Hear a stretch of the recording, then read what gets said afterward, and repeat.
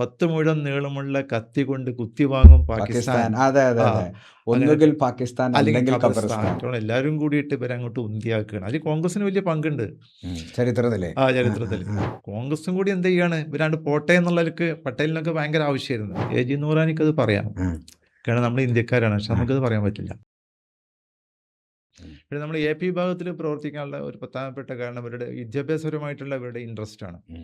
അപ്പോൾ അതിനെ ഞാൻ നന്നായിട്ട് സഹകരിച്ചിരുന്നു. പിന്നെ അതുപോലെ തന്നെ നമ്മൾ അവരുടെ മാസികകൾ എഴുതാൻ നിങ്ങൾക്കൊരു പൂങ്കാവനല്ലേ? പൂങ്കാവൻ ഉണ്ടായിരുന്നു. പൂങ്കാവൻ ഇപ്പോൾ ഞാൻ നിർത്തിയിട്ടുണ്ട്. ഞാൻ ഒരു കാലത്ത് എൻ്റെ ഉമ്മാൻ്റെ ഒക്കെ ഞാൻ അങ്ങനെ ആലോചിക്കും, എൻ്റെ ഉമ്മാൻ്റെ ഒക്കെ ഒരു മെയിൻ സാധനം നിങ്ങളൊരു അതിൻ്റെ ഒരു ഫണ്ടിൽ നിങ്ങളൊരു ഇതുണ്ടാവില്ലായിരുന്നു, ആശംസ അല്ല, നിങ്ങളൊരു 5ാം പേജിൽ. അപ്പൊ അതിൽ നിങ്ങൾ കുറെ സാധനം, അത് വളരെ ഇൻട്രസ്റ്റിംഗ് ആയിരുന്നു. അല്ല, എനിക്കറിയില്ല, അത് ഭയങ്കരമായിട്ട് ഇമ്പാക്ട് ആയിരുന്നു. നമ്മളൊക്കെ ഒരു നാട്ടിൽ ചെന്ന് കഴിഞ്ഞാല് ഭയങ്കര സ്വീകരണമായിരുന്നു. പൂങ്കാവനത്തിന്റെ ആള് വന്നു എന്ന് പറഞ്ഞിട്ട് ഏറ്റവും കൂടുതൽ ലക്ഷദ്വീപിലായിരുന്നു. ലക്ഷദ്വീപ് ചെന്ന് ഇപ്പോഴും ഞാനിപ്പോൾ കഴിഞ്ഞ ഒരു 2 മാസം മുമ്പ് ലക്ഷദ്വീപ് പോയപ്പോൾ എന്നെ പൂങ്കാവനത്തിന്റെ ആളെന്ന് പറഞ്ഞിട്ടാണ് ഈ പഴയ സ്ത്രീകളൊക്കെ പരിചയപ്പെടുന്നത്. അന്ന് ഇവിടെ നമ്മൾ ഈ മനോരമ മംഗളൊക്കെ പോലെ മുസ്ലിങ്ങളുടെ ഇടയിലുണ്ടായിരുന്ന സാധനമായിരുന്നു. കുറെ എന്താ പറയാ, കുറെ നോവലുകൾ അന്ന് എനിക്ക് ഓർമ്മ ഉണ്ട്. ഇബ്രാഹിം ടി എംപുരം അവരൊക്കെ എന്തായിരുന്നു. ഞാനന്ന് എൻ്റെ ഒരു കഥ ഒരു 1.5 ലക്ഷം കോപ്പീസ് അടിച്ചിരുന്നു. അത് റെഡ്ഡിയർ എന്ന് പറഞ്ഞിട്ട് എറണാകുളത്തുള്ള പ്രസ്സിന് അടിക്കുന്നത്. ഞാനിതുപോലെ ഒരിക്കൽ ഒരു ഇൻ്റർവ്യൂ നടത്താൻ വേണ്ടി വീരേന്ദ്ര സാറിൻ്റെ അടുത്ത് പോയി. എം പി വീരേന്ദ്രകുമാറിൻ്റെ അടുത്ത് പോയി. ഇടയ്ക്കിടയ്ക്ക് ഞങ്ങൾ അങ്ങനെ ഇൻ്റർവ്യൂ എടുക്കുമായിരുന്നു, കുടുംബത്തെക്കുറിച്ച്. അദ്ദേഹം ചോദിച്ചു, ഹുസൈൻ എത്ര ഉണ്ട് കോപ്പി? അപ്പോൾ ഞാൻ പറഞ്ഞു, സാറേ 1.5 ലക്ഷം അടിക്കുന്നപ്പോൾ. അത് എന്നോട് പറയരുത്,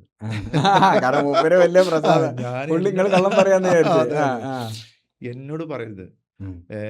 16,000 കോപ്പിയാണ് മാതൃഭൂമി ആഴ്ചവെപ്പ് അടിക്കുന്നത്. നിങ്ങൾ എത്തിയിട്ടില്ലല്ലോ. അപ്പോൾ സത്യം എന്താണെന്ന് അതിൻ്റെ കാര്യം പറഞ്ഞു. ഞാൻ പറഞ്ഞു, സാറേ എനിക്ക് ഇത് പറയാനേ പറ്റുള്ളൂ. ഞാൻ ഉടനെ തന്നെ പോയി അത് അടിച്ച് റെസീറ്റ് എടുത്തു എന്നിട്ട് സാറിന് കാണിച്ചു കൊടുത്തു. കാരണം ഈ ചാലപ്പുറ അവിടെ കൊണ്ടുപോയി കാണിച്ചു കൊടുത്തു. ഭയങ്കര ഇമ്പാക്റ്റ് ഉള്ള ഒരു സാധനം.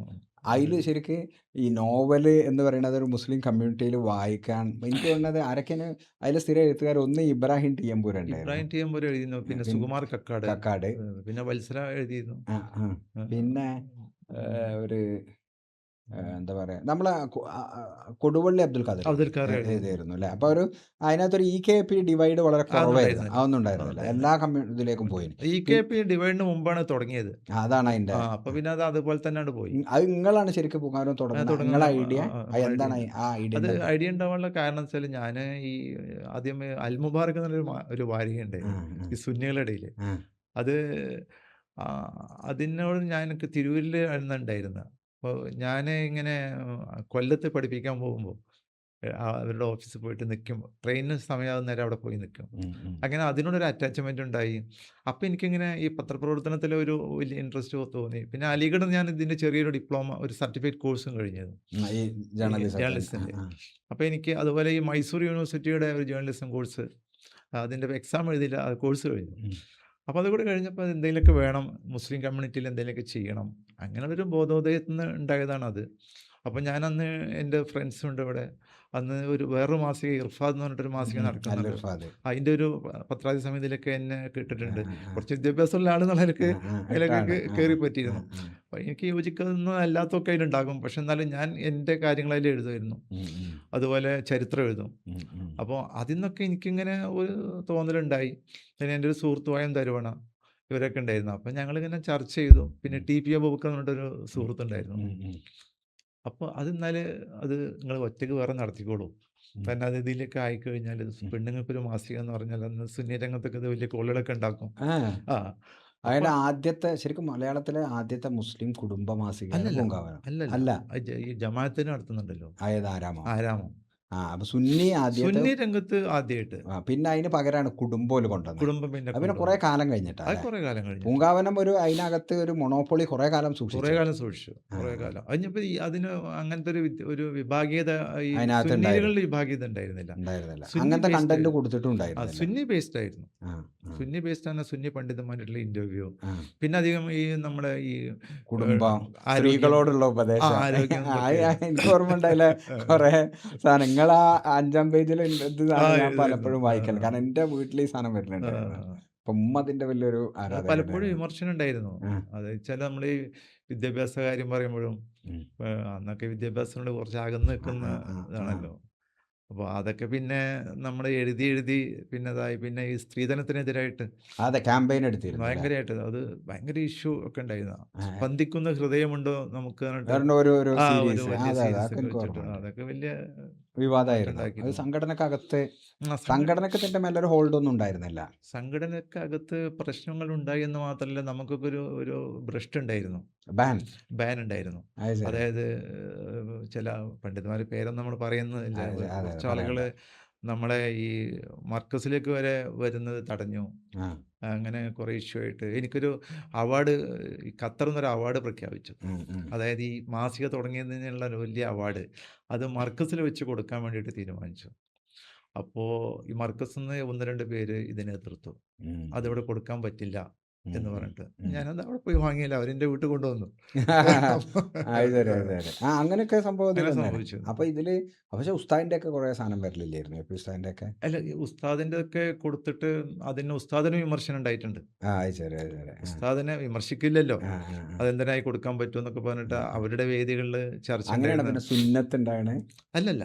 ആ, സുന്നത്ത് പിന്നെ അത് വേറെ തന്നെയാണ്. സംഘടനന്റെ അത് തന്നെ. സംഘടനയുടെ വേറൊരു ഓ, മാസം. അതെ, അതെ. ഇതിന് ഇത് സംഘടനയുടെ ഒരു ലേബൽ അംഗീകാരം ഉണ്ടായിരുന്നില്ല. ലാബിൽ കിട്ടിയില്ല. നിങ്ങൾക്ക് ഈ പൂങ്കാവനം എന്നുള്ള പേരിടാൻ കാരണം അതൊക്കെ മലയാളീകരിച്ച പേര്. നിങ്ങൾ തന്നെ ഇട്ടതാണ്? നമ്മൾ കണ്ടെത്തിയ പേരുകളാണ്. ആലോചിച്ച് ആ, ആ, ആ, ഇട്ടതാണ് ആ. അല്ലേ? അപ്പൊ പൂങ്കാവനം ഒരു നല്ല ഇനീഷ്യേറ്റീവ് ആയിരുന്നു നല്ല അല്ലേ? ഇനീഷ്യേറ്റീവ് ഈ ആയിരുന്നു. ഈ മംഗളം മനോരമയൊക്കെ വായിക്കുന്ന ഒരു കമ്മ്യൂണിറ്റിയിലേക്ക് അല്ല നബിന്റെ. അല്ല ആ കമ്മ്യൂണിറ്റി, നമ്മുടെ കമ്മ്യൂണിറ്റി അത് വായിക്കലില്ല. ആ, ആ. കാരണം അതൊക്കെ പ്രസിദ്ധീകരണം ആ, വായിക്കാൻ പാടില്ല, അല്ല എന്നുള്ള ഒരു സാധനം. ഹറാമായ ഒരു ആ, അപ്പൊ സംഗതിയാണല്ലോ. അതിനൊരു ബദല്. അതിനൊരു ഹലാലായ ഒരു ഒരു ബദലാണ് പൂങ്കാവനം ബദലാണ്. കൊണ്ട് കാരണം ഉദ്ദേശിക്കുന്നത്. അതുകൊണ്ട് സ്ത്രീകളിൽ ഒരുപാട് മാറ്റം ഉണ്ടായിട്ടുണ്ട്. അവരുടെ വിദ്യാഭ്യാസപരമായിട്ടുള്ള മാറ്റം ഉണ്ടായി.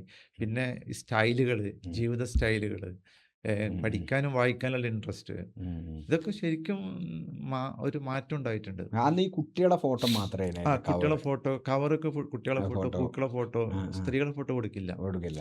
കാരണം നമ്മൾ അങ്ങനെ കൊടുത്തിട്ട് പെട്ടെന്ന് കമ്മ്യൂണിറ്റിയിൽ ഒരു വെറുതെ ഒരു ഇഷ്യൂ ഉണ്ടാക്കാൻ പാടില്ലല്ലോ എന്ന് വിചാരിച്ചിട്ട്. ഇപ്പൊ ഒന്നും കൊടുത്താലും പ്രശ്നമില്ല കേട്ടോ. ഇപ്പോഴ് കൊടുക്കാൻ പിന്നെ ഞങ്ങളെ കൊടുത്തിരുന്നു.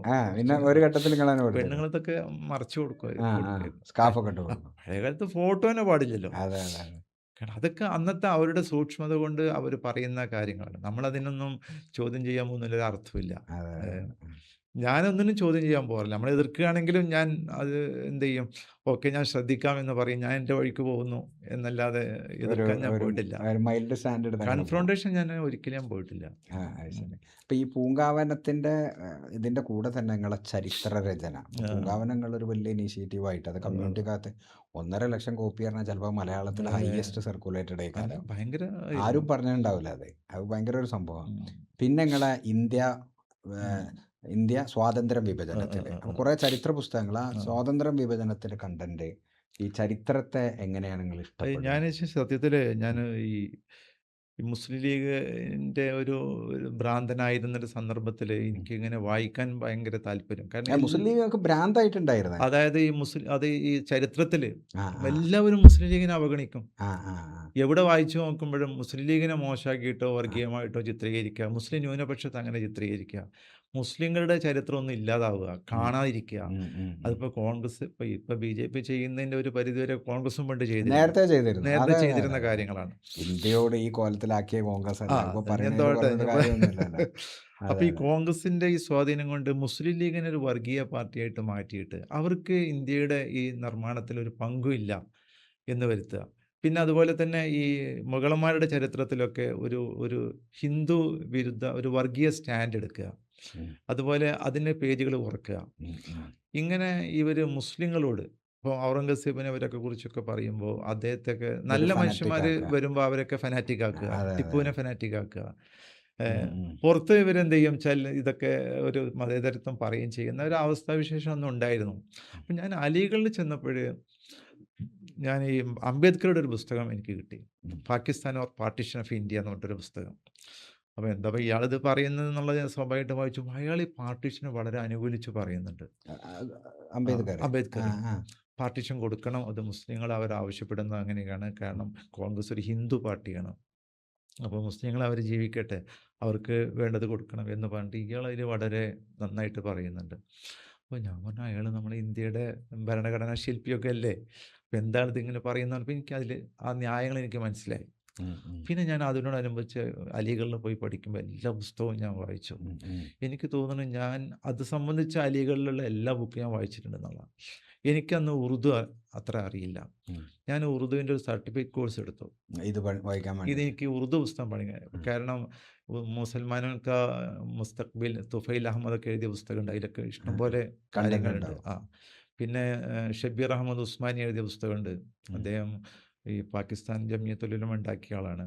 പിന്നെ ജമിയത്തുൽ ഉലമ ക്യാ ഹേ, അസദ് മദനിയുടെ ബുക്ക്, ഫാറൂഖിയുടെ ബുക്ക്, ഇങ്ങനെ ഒരുപാട് ഈ ഉറുദു പുസ്തകങ്ങളുണ്ട്.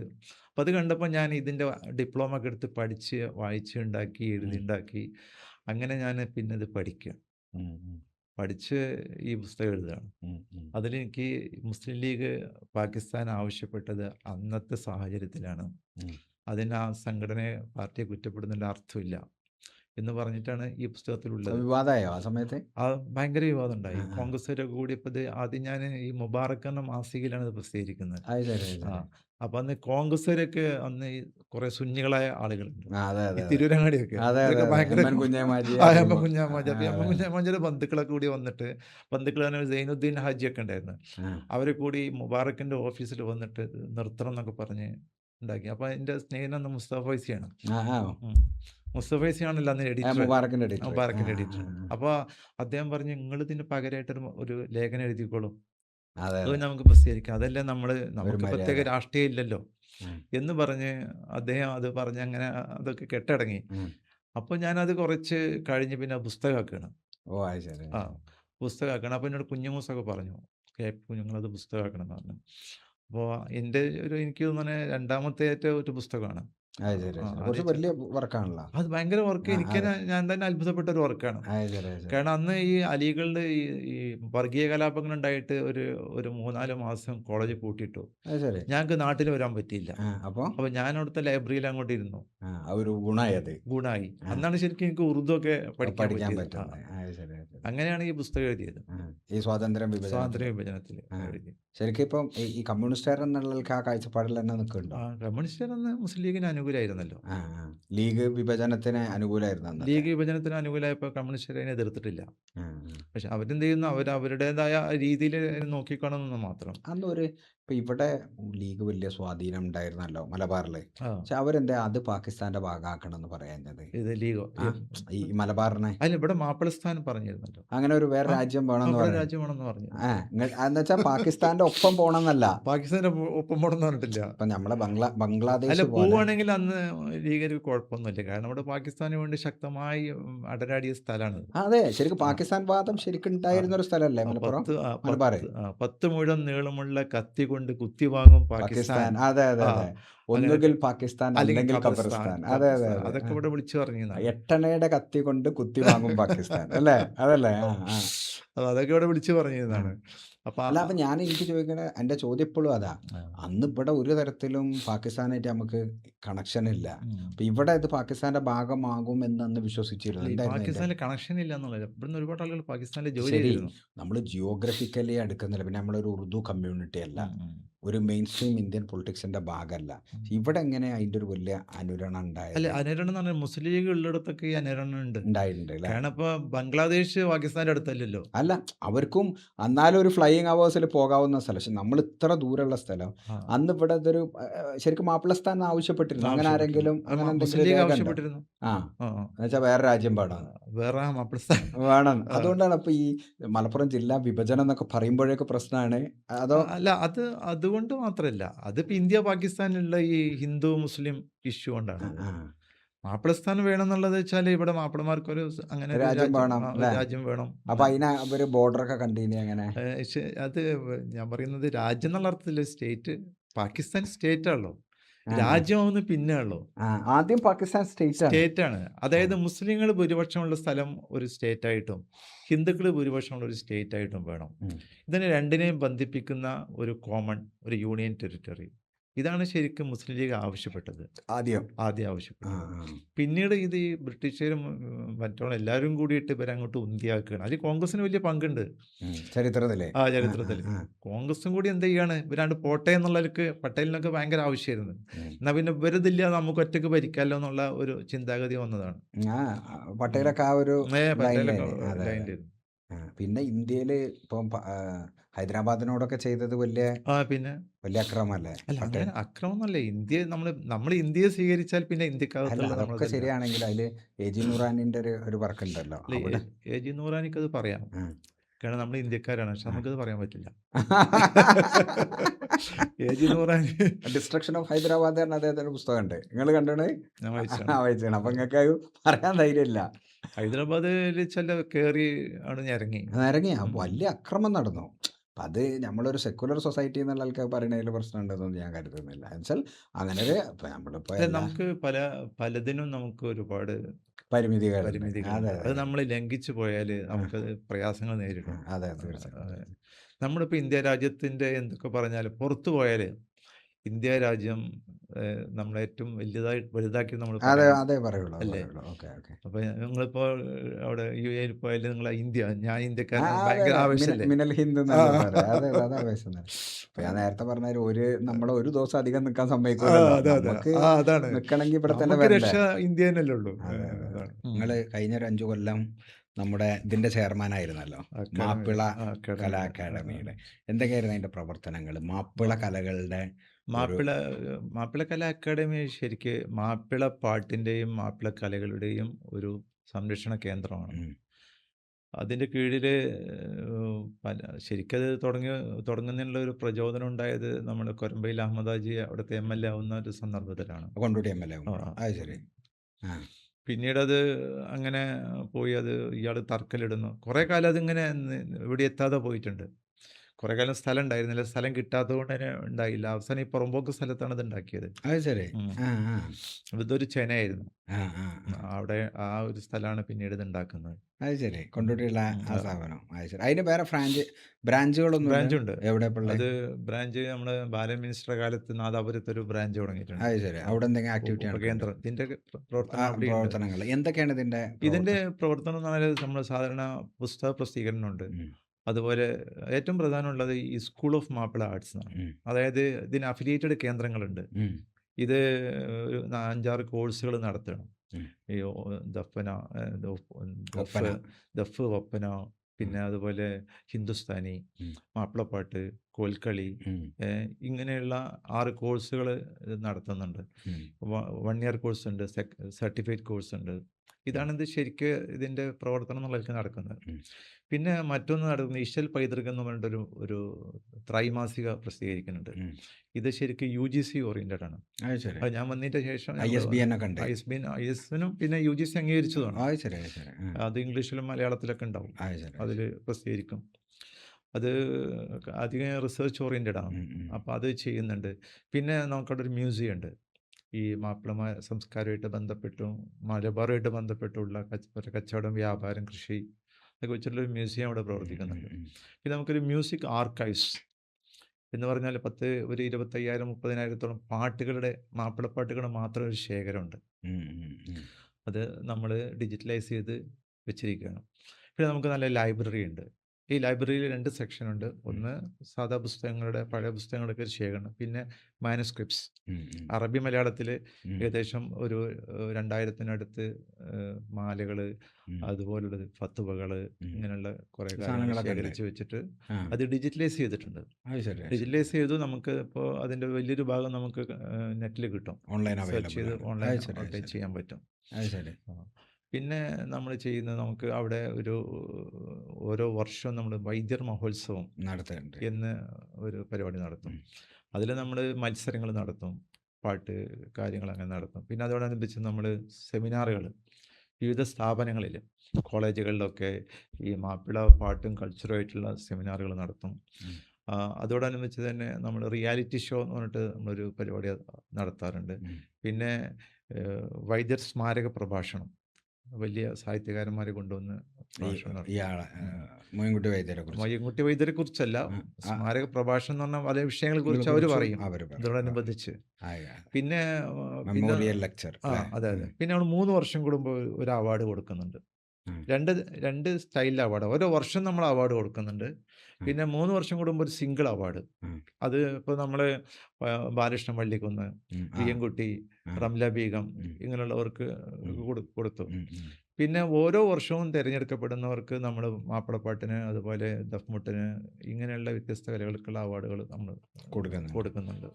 ഈ അറബി മലയാളത്തിലെ ഈ അറബി മലയാളമൊക്കെ നശിച്ചു പോകാനുള്ള കാരണം എന്താ? നശിച്ചു എന്ന് പറഞ്ഞാൽ അതിൽ പിന്നീട് രചനകളില്ലാതിരിക്കുകയും. അതിപ്പോൾ നമ്മൾ ശരിക്കും ഈ മലയാളം സാർവത്രികമായി. അതുകൊണ്ടാണ് മലയാളം സാർവത്രികമായപ്പോഴും അറബി മലയാളത്തിന് പ്രസക്തി ഇല്ലാതായി. സ്കൂളുകൾ വന്നു, സ്കൂളിൽ കുട്ടികൾ മലയാളം പഠിച്ചു. മറ്റേത് മദ്രസയിലെ ഭാഷയായിരുന്നു. അതെ അതെ. അത് പിന്നെ മദ്രസയിലെ ഭാഷയായിട്ട് ഒതുങ്ങി. ആദ്യം മൊത്തത്തിൽ എല്ലാ ഭാഷയും മാപ്പിളവർക്ക് ഇത് മാത്രമേ ഉള്ളായിരുന്നു. അവരുടെ മെയിൻ ഭാഷ. കാരണം അത് മലയാളത്തിനേക്കാളും പഴക്കേണ്ടതിന്. മലയാളം ലിപിവൽക്കരിക്കുന്നതിനൊക്കെ മുമ്പ് തന്നെ ഈ അറബി മലയാളം വന്നിട്ടുണ്ടല്ലോ. നമ്മളിപ്പോൾ സാധാരണ ഈ മൊഹിദ്ദിമാലയാണ് ആദ്യത്തെ അറബി മലയാളം ഗ്രന്ഥം. ഈ മൊഹിദ്ദിമാല 1607 ഉണ്ടാവുന്നത്. ഈ 1607 എന്ന് പറഞ്ഞാൽ മലയാളം ഉണ്ടായിട്ടില്ല. അതായത് നമ്മുടെ എഴുത്തച്ഛൻ്റെ കാലത്താണല്ലോ ഇപ്പോൾ ഈ മലയാളം ലിപി വരുന്നത്. അങ്ങനെ ലിപി സാർവത്രിക ആയിട്ടില്ല. പക്ഷെ അതിനു മുമ്പ് തന്നെ ഈ മലയാളം എന്ന് പറയുന്ന, ഈ മലയാളം എന്നുള്ള പേര് വന്നത് തന്നെ 18ാം നൂറ്റാണ്ടിലാണ്. അപ്പൊ അന്ന് ആ ഭാഷക്ക് നമ്മൾ സാധാരണ മലബാരിയാണ്, തമിഴാണ്. നമ്മുടെ നാട്ടിലൊക്കെ തമിഴാണ് സംസാരിച്ചിരുന്നത്. ശരി. ഇപ്പോൾ നിങ്ങൾ മലബാറിലൊരു തമിഴ്, ഇവിടുത്തെ നാടോടി ഭാഷ. കാരണം മലബാറിന്റെ തമിഴ് രൂപപ്പെട്ടത് അറബിയും പേർഷ്യനും എല്ലാം കൂടി ചേർന്നിട്ടാണ് നാടോടി. അതുപോലെ ഈ മലയൻ ഭാഷ, ഈ മലയൻ ഭാഷ അല്ല, മലായി അല്ല, ഈ ആദിവാസി. കാരണം നമ്മൾ ഭയങ്കര ട്രൈബൽസുള്ള ഏരിയയാണ്. കാരൊക്കെ കാടായിരുന്നു. അപ്പൊ ഇതൊക്കെ കൂടിയ ഒരു തമിഴാണ്. അപ്പൊ അതുപോലെ നമ്മൾ ചെന്നൈ ഭാഗത്ത് പോയാൽ അവിടുത്തെ തമിഴ് വേറെയാണ്. ഇപ്പൊ കായൽപട്ടണത്ത് പോയാൽ അവിടുത്തെ തമിഴ് വേറെ ഒരു മലയാളം തന്നെയല്ലേ. 6 നാട്ടിൽ 100 ഭാഷ പറഞ്ഞാൽ നമ്മൾ തിരുവനന്തപുരത്ത് പോയാലും, തിരുവനന്തപുരത്ത് അപ്പി എന്ന് പറഞ്ഞ ആരാണ്? മകളല്ലേ. നമ്മളിവിടെ മലപ്പുറത്ത് അപ്പി പറഞ്ഞാൽ അപ്പൊ അതുപോലെയുള്ള വ്യത്യാസങ്ങൾ ഉണ്ടായിരുന്നു. അപ്പോൾ നമ്മളിവിടെ പറഞ്ഞിരുന്നത് ശരിക്ക് അറബി മലയാളം എന്ന് പറയുന്നതിന് ശരിയല്ല. കാരണം മലയാളം ഇല്ലാത്തൊരു കാലത്ത് ഉണ്ടായ ഈ ഭാഷ മലബാരി എന്നാണ് ശരിക്കും അറബി മലബാരി എന്നാ പറയേണ്ടത്. അത് അറബി ലിപിയിലുള്ള മലബാരി ഭാഷ. മലബാരി ഭാഷ അത് പറയണേ തമിഴായിരുന്നു. തമിഴെന്നാ പറഞ്ഞിരുന്നത്. നമ്മളിവിടുത്തെ നമ്മുടെ ഭാഷക്ക് തമിഴെന്നാ പറഞ്ഞിരുന്നത്. പലരും തമിഴ് തന്നെ എഴുതിയിട്ടുണ്ട്. മലബാരി തമിഴ്. മലബാരി തമിഴ് എഴുതിയില്ല. അപ്പൊ ഈ മൊഹിദ്ദിമാല എന്ന് പറയുന്നത് ശരിക്ക് കൂടുതലും തമിഴാണല്ലോ, മലബാരിയാണ്, അല്ലാതെ അറബി മലയാളം അല്ല. ഞാൻ പലയിടത്തും പറയാറുണ്ട് അറബി മലയാളം എന്ന് പറയുന്ന, ഞാനത് പലയിടത്തും അത് എഴുതിയിട്ടുണ്ട്. അറബി മലയാളം എന്ന് പറയാൻ തന്നെ പറ്റില്ല. ഒന്നുകിൽ അറബി തമിഴ്, അല്ലെങ്കിൽ അറബി. കാരണം ഇദ്ദേഹം പഠിച്ചതൊക്കെ തമിഴ്നാട്ടിലാണ്. ആര്? ഈ ഖാദി മുഹമ്മദ്. അദ്ദേഹം തമിഴ്നാട്ടിലാണ് ഏറെക്കാലം പഠിച്ചത്. പൊന്നാനി പഠിച്ചിരുന്നു. ഈ പൊന്നാനിയിലുള്ളവർക്കൊക്കെ തമിഴായിട്ട് വലിയ ബന്ധം. കാരണം പൊന്നാനി മുഴുവൻ അവിടുന്ന് കായൽപട്ടണത്തിൽ നിന്ന് വന്നതാണല്ലോ. പിന്നെ ഈ കുഞ്ഞാലിമരക്കാറുമായിട്ടുള്ള ബന്ധം. അപ്പൊ അവിടുന്ന് കഴിഞ്ഞാൽ നേരെ പോവുക ഈ തമിഴ്നാട്ടിലാണ്. അവിടെ ഈ നാഗപട്ടണത്തോ അല്ലെങ്കിൽ ഈ പല സ്ഥലങ്ങളിലും ഇതുപോലുള്ള കീഴക്കര ഇങ്ങനെയുള്ള സ്ഥലങ്ങളിലൊക്കെ, പിന്നെ ബാക്കിയാത്തിലേക്ക് ഒക്കെ പിന്നെ വരുന്നതാണ്. തേങ്ങാപട്ടണം, മാങ്ങാപട്ടണം, ഇവിടെയൊക്കെ എന്തുണ്ട്, ഈ ഭാഷ മുസ്ലിങ്ങളുടെ ഇത് പഠിക്കാൻ വേണ്ടി ഇങ്ങോട്ട് പോകും.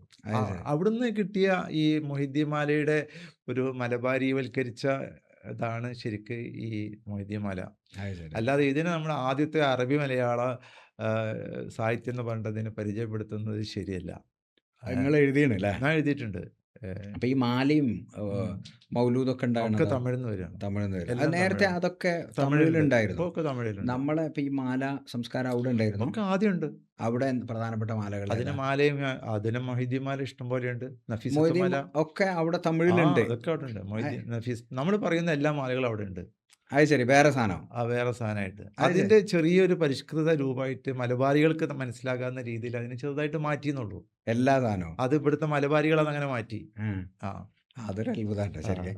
അപ്പൊ ഈ നഫീസത്ത് ബീവിയൊക്കെ എങ്ങനെയാ ഇവിടെ ഇത്ര നഫീസത്ത് ഫേമസ്? ബീവിയൊക്കെ തമിഴ്നാട്ടിൽ നിന്ന് ഇങ്ങോട്ട് വരികയാണ്. അപ്പൊ അതെങ്ങനെ തമിഴ്നാട്ടിൽ എത്ര ഈ ഫേമസ് ആണ്? തമിഴ്നാട്ടിൽ കാരണം ഈ കായൽപട്ടണത്ത് ആ, കുറേ മിസ്രികൾ താമസിച്ചിരുന്നു. അത് ശരി. ആ. അതെങ്ങനെ? മിസ്രികൾ എന്ന് പറഞ്ഞാൽ ഈ ഈജിപ്തുകാർ കച്ചവടക്കാരായിരുന്നല്ലോ. അതെ അതെ അതെ. അതുപോലെ നമ്മളെ പൊന്നാനിയൊക്കെ ഉണ്ടായിരുന്നു. ഉം. പൊന്നാനി ഇപ്പോഴും ഒരു മിസ്രി പള്ളിയുണ്ട്. അത് ശരി. ആ. ആ കായൽപട്ടണത്ത് വന്നവരധികം ഈജിപ്തുകാരാണ്. ആ അപ്പൊ ഈജിപ്തിലാണ് ഈ നഫീസത്ത് ആ ബീവി ബീവിന്റെ ഉണ്ടായിരുന്നത്. മക്ബറ അപ്പൊ അല്ലേ? ആ ഒരു ബീവിയെ കൊണ്ടുള്ള അവദാനങ്ങൾ അങ്ങോട്ട് വന്നു. ആ ആ അവിടുന്ന് നേരെ എന്ത് ചെയ്യാണ്, ഇങ്ങോട്ട് വരികയാണ്. പൊന്നാനി വഴി ആ നമ്മുടെ നാട്ടിലേക്ക് വരികയാണ്. ആ ആ അപ്പൊ ഇവിടെയുള്ള ആളുകൾ എന്ത് ചെയ്തു, ആ നഫീസത്ത് മാല അവിടെ ഉള്ളതിന് ചെറുതായിട്ടൊന്ന് മാറ്റൊക്കെ മോഡിഫൈ ചെയ്തിട്ട് ഇവിടെ പാടി. ഇവിടെ പാടി. അതന്നെ. അപ്പൊ എന്താ പറയാ, പിന്നെ ഇതിനെതിരൊക്കെ ഇപ്പൊ കപ്പപ്പാട്ട്, നൂൽമാല. കപ്പപ്പാട്ട് നൂൽമാലൊക്കെ ശരിക്കും തമിഴാണല്ലോ. ആ, അല്ല അത് കപ്പപ്പാട്ട് പാടരുത് പറയാൻ കാരണം എന്തേന്? അതാര് പറഞ്ഞു? അങ്ങനെ ഒരു സാധനം ഉണ്ടോ? ഏയ് ഞാൻ കേട്ടില്ല. കപ്പപ്പാട്ട് പാടലും പാടിപ്പറയലും പാടില്ലെന്ന് പാണക്കാട് പൂക്കോയ പറഞ്ഞ് എൻ്റെ ചെറുപ്പത്തിൽ ഓർമ്മ കേട്ടോ. അങ്ങനെ ഉണ്ടോ? ഇല്ല, അങ്ങനൊന്നും ഇല്ല. ഇല്ല, ഓക്കെ. അല്ല ഇല്ല, ഞാൻ കേട്ടില്ല. ഈ നൂൽമാല എന്നൊക്കെ പറഞ്ഞാൽ എന്താ? നൂൽമാല, ഈ നൂൽ എന്ന് പറഞ്ഞാൽ ശരിക്കും എന്നാൽ ഒരു കൃതി എന്നുള്ള അർത്ഥമാണ്. ആണല്ലേ? അത്രേ ഉള്ളൂ. ആ. അത് തമിഴിൽ പറയുന്നതാണ്. നൂൽ മധുഹ്. ഉം. അതൊക്കെ തമിഴിൽ നിന്ന് വരുന്ന മധുഹിന്റെ പുസ്തകം, ആ. മധുഹിന്റെ കൃതിയാണ്. നൂൽ എന്ന് പറഞ്ഞാൽ അത്രേ ഉള്ളൂ. മാത്രമേ ഉള്ളൂ. ആ. പിന്നെ ഈ കേരളത്തിലെ ഇനിയിപ്പോൾ അതിൽ വരുമ്പോൾ ഈ എന്താ പറയാ, വൈദ്യരുടെ ഈ പ്രണയം അന്ന് ഭയങ്കര തെറ്റല്ലേ? പിന്നെ എങ്ങനെയാണ് ഹുസ്നുൽ ജമാലും പ്രണയം ബദറും? തെറ്റെന്നല്ലേ, നമ്മൾ പലതും ഈ തെറ്റ് എന്ന് പറയുന്നത് അതിന്റെ നിയമവശമാണ്. ആ, ഈ നിയമം ഉണ്ടാക്കുന്ന എന്തിനാണ്? തെറ്റ് ചെയ്തുകൊണ്ടാണല്ലോ. അതെ അതെ അതെ അതെ. അപ്പൊ ഈ തെറ്റ് എന്നാലും ഒരു മെയിൻ സ്ട്രീം അംഗീകരിച്ച ഒരു കലയല്ലല്ലോ പ്രണയം. അപ്പൊ അല്ല, മെയിൻ സ്ട്രീം കല ഏത് കാലത്താ ഇല്ലാത്തത്? നമ്മൾ ഖദീജ ബീവിയും റസൂലിന്റെ കഥ തുടങ്ങിയിട്ട് സുലൈഖ ബീവിയും യൂസുഫ് നബിയുടെ കഥ, അതൊക്കെ പറയുന്നുണ്ട്, കഥാപ്രസംഗമൊക്കെ ഉണ്ട്. പക്ഷെ ഇല്ലാത്ത ഒരു കഥ പറഞ്ഞാണ്ടാണല്ലോ ഇത് ബദറുൽ മുനീറും ഹുസ്നുൽ ജമാലും. അതെങ്ങനെയാണ്? ശരിക്കും പേർഷ്യനിൽ ഇഷ്ടംപോലെ കഥകളുണ്ട്. ഇതൊക്കെ പേർഷ്യൻ അല്ലേ? ഈ പേർഷ്യനാണ്. ഈ പേർഷ്യയിൽ നിന്ന് പലത് ഇന്ത്യയിൽ നിന്ന് പോയതാണ്. നളനും ദമയന്തിയും അവിടെ അതൊക്കെ അവിടെ ഉണ്ട്. അവര് പേർഷ്യനീകരിച്ചു. പഞ്ചതന്ത്രം കഥകള്, അത് നമ്മളത് അവിടെ കലീല ദിന്നാന്ന് പറഞ്ഞിട്ട് അവിടെ ഉണ്ട്. അത് അതിൽ നിന്ന് പിന്നെ ഇങ്ങനെ ഉരുത്തിരിഞ്ഞിട്ട് വീണ്ടും അതിൽ കുറെ മാറ്റം ഉണ്ടാക്കണം. അത് ഓരോ ഫോണയിലേക്ക് ഓരോ സാഹചര്യത്തിനനുസരിച്ച് അവരതിനൊക്കെ മാറ്റും. നമ്മളിപ്പോ ഇവിടെ ബദറുൽ മുനീറിനെ അവതരിപ്പിക്കുക, ഹുസ്നുൽ ജമാലിനെ അവതരിപ്പിക്കുക ഒരു കേരളീയ പശ്ചാത്തലത്തിലാണ് മൊയ്ൻകുട്ടി വൈദ്യരെ അവതരിപ്പിച്ചത്. കാരണം പേർഷ്യൻ പശ്ചാത്തലത്തെ കുറച്ചുകൂടി കേരളവൽക്കരിച്ചു. കാരണം ഇവിടുത്തെ മരം, ഇവിടുത്തെ പൂവ്, ഇവിടുത്തെ തോട്, ഇവിടുത്തെ അവിടെ ഈ ബദറുൽ മുനീറിന്റെ ഹുസ്നുൽ ജമാലിന്റെ സമാനമായ എന്താ ഉള്ളത്? ബദറുൽ മുനീർ ഹുസ്നുൽ ജമാൽ ശരിക്കും ഇന്ത്യൻ കഥയാണ്. ഇന്ത്യയിൽ പേർഷ്യൻ കഥയാണ്. ഇന്ത്യൻ പേർഷ്യനാണ്. അപ്പോ അതുപോലുള്ള കഥകൾ അവിടെ ഇപ്പൊ ലൈല മജ്നു ഇല്ലേ, അങ്ങനത്തെ കുറെ കഥകളില്ലേ. അപ്പൊ അത് ഇവിടെ അന്ന് കാര്യമായിട്ട് പാടിയിരുന്നോ? അതോ പുള്ളി അത് എഴുതി അത് ഭയങ്കര പ്രചാരം കിട്ടി. കാരണം ഈ കാക്കാമാര് ഇതിന് കിട്ടിയപ്പോഴേ പ്രേമകഥ. അതെ അതെ അതെ. അപ്പൊ ഞാൻ പറഞ്ഞ ഈ റിലീജിയസ്ലി ഇത് തെറ്റല്ലേ? അതില് ഇവര് തമ്മിലുള്ള കഥയും ആ പാട്ടിൽ അങ്ങനെ കുറെ സാധനം ഉണ്ടല്ലോ. അന്നത് അങ്ങനത്തെ ഒരു റിലീജിയസ് പ്രോബ്ലം ഉണ്ടായില്ല. റിലീജിയസ് ഇഷ്യൂ ഉണ്ടെങ്കിലും ഇപ്പൊ നമുക്കിപ്പോ സിനിമ കാണാൻ പാടില്ല, ഇത് റിലീജിയസ് ഇഷ്യൂ ആണല്ലോ. പക്ഷെ എല്ലാവരും സിനിമ കാണുന്നവരല്ലേ? എല്ലാവരും സിനിമ കാണുന്നുണ്ട്. സിനിമയിൽ കാക്കാമാര് കാര്യമായിട്ടുണ്ട് താനോ. ഇപ്പൊ അത് മാത്രല്ല, സിനിമ പാട്ടിന്റെ രീതിയിലാണ് ഈ നമ്മൾ നബിദിനത്തിനൊക്കെ പാട്ട് പാടുന്നില്ലേ, അതൊരു പാട്ടിന്റെ രീതിയൊക്കെ സിനിമ പാട്ടല്ലേ. അത് അതിന് ഇൻഫ്ലുവൻസിനെ, സ്വാധീനത്തെ നമുക്ക് എന്തുകൊണ്ടും പ്രതിരോധിക്കാൻ കഴിയില്ല.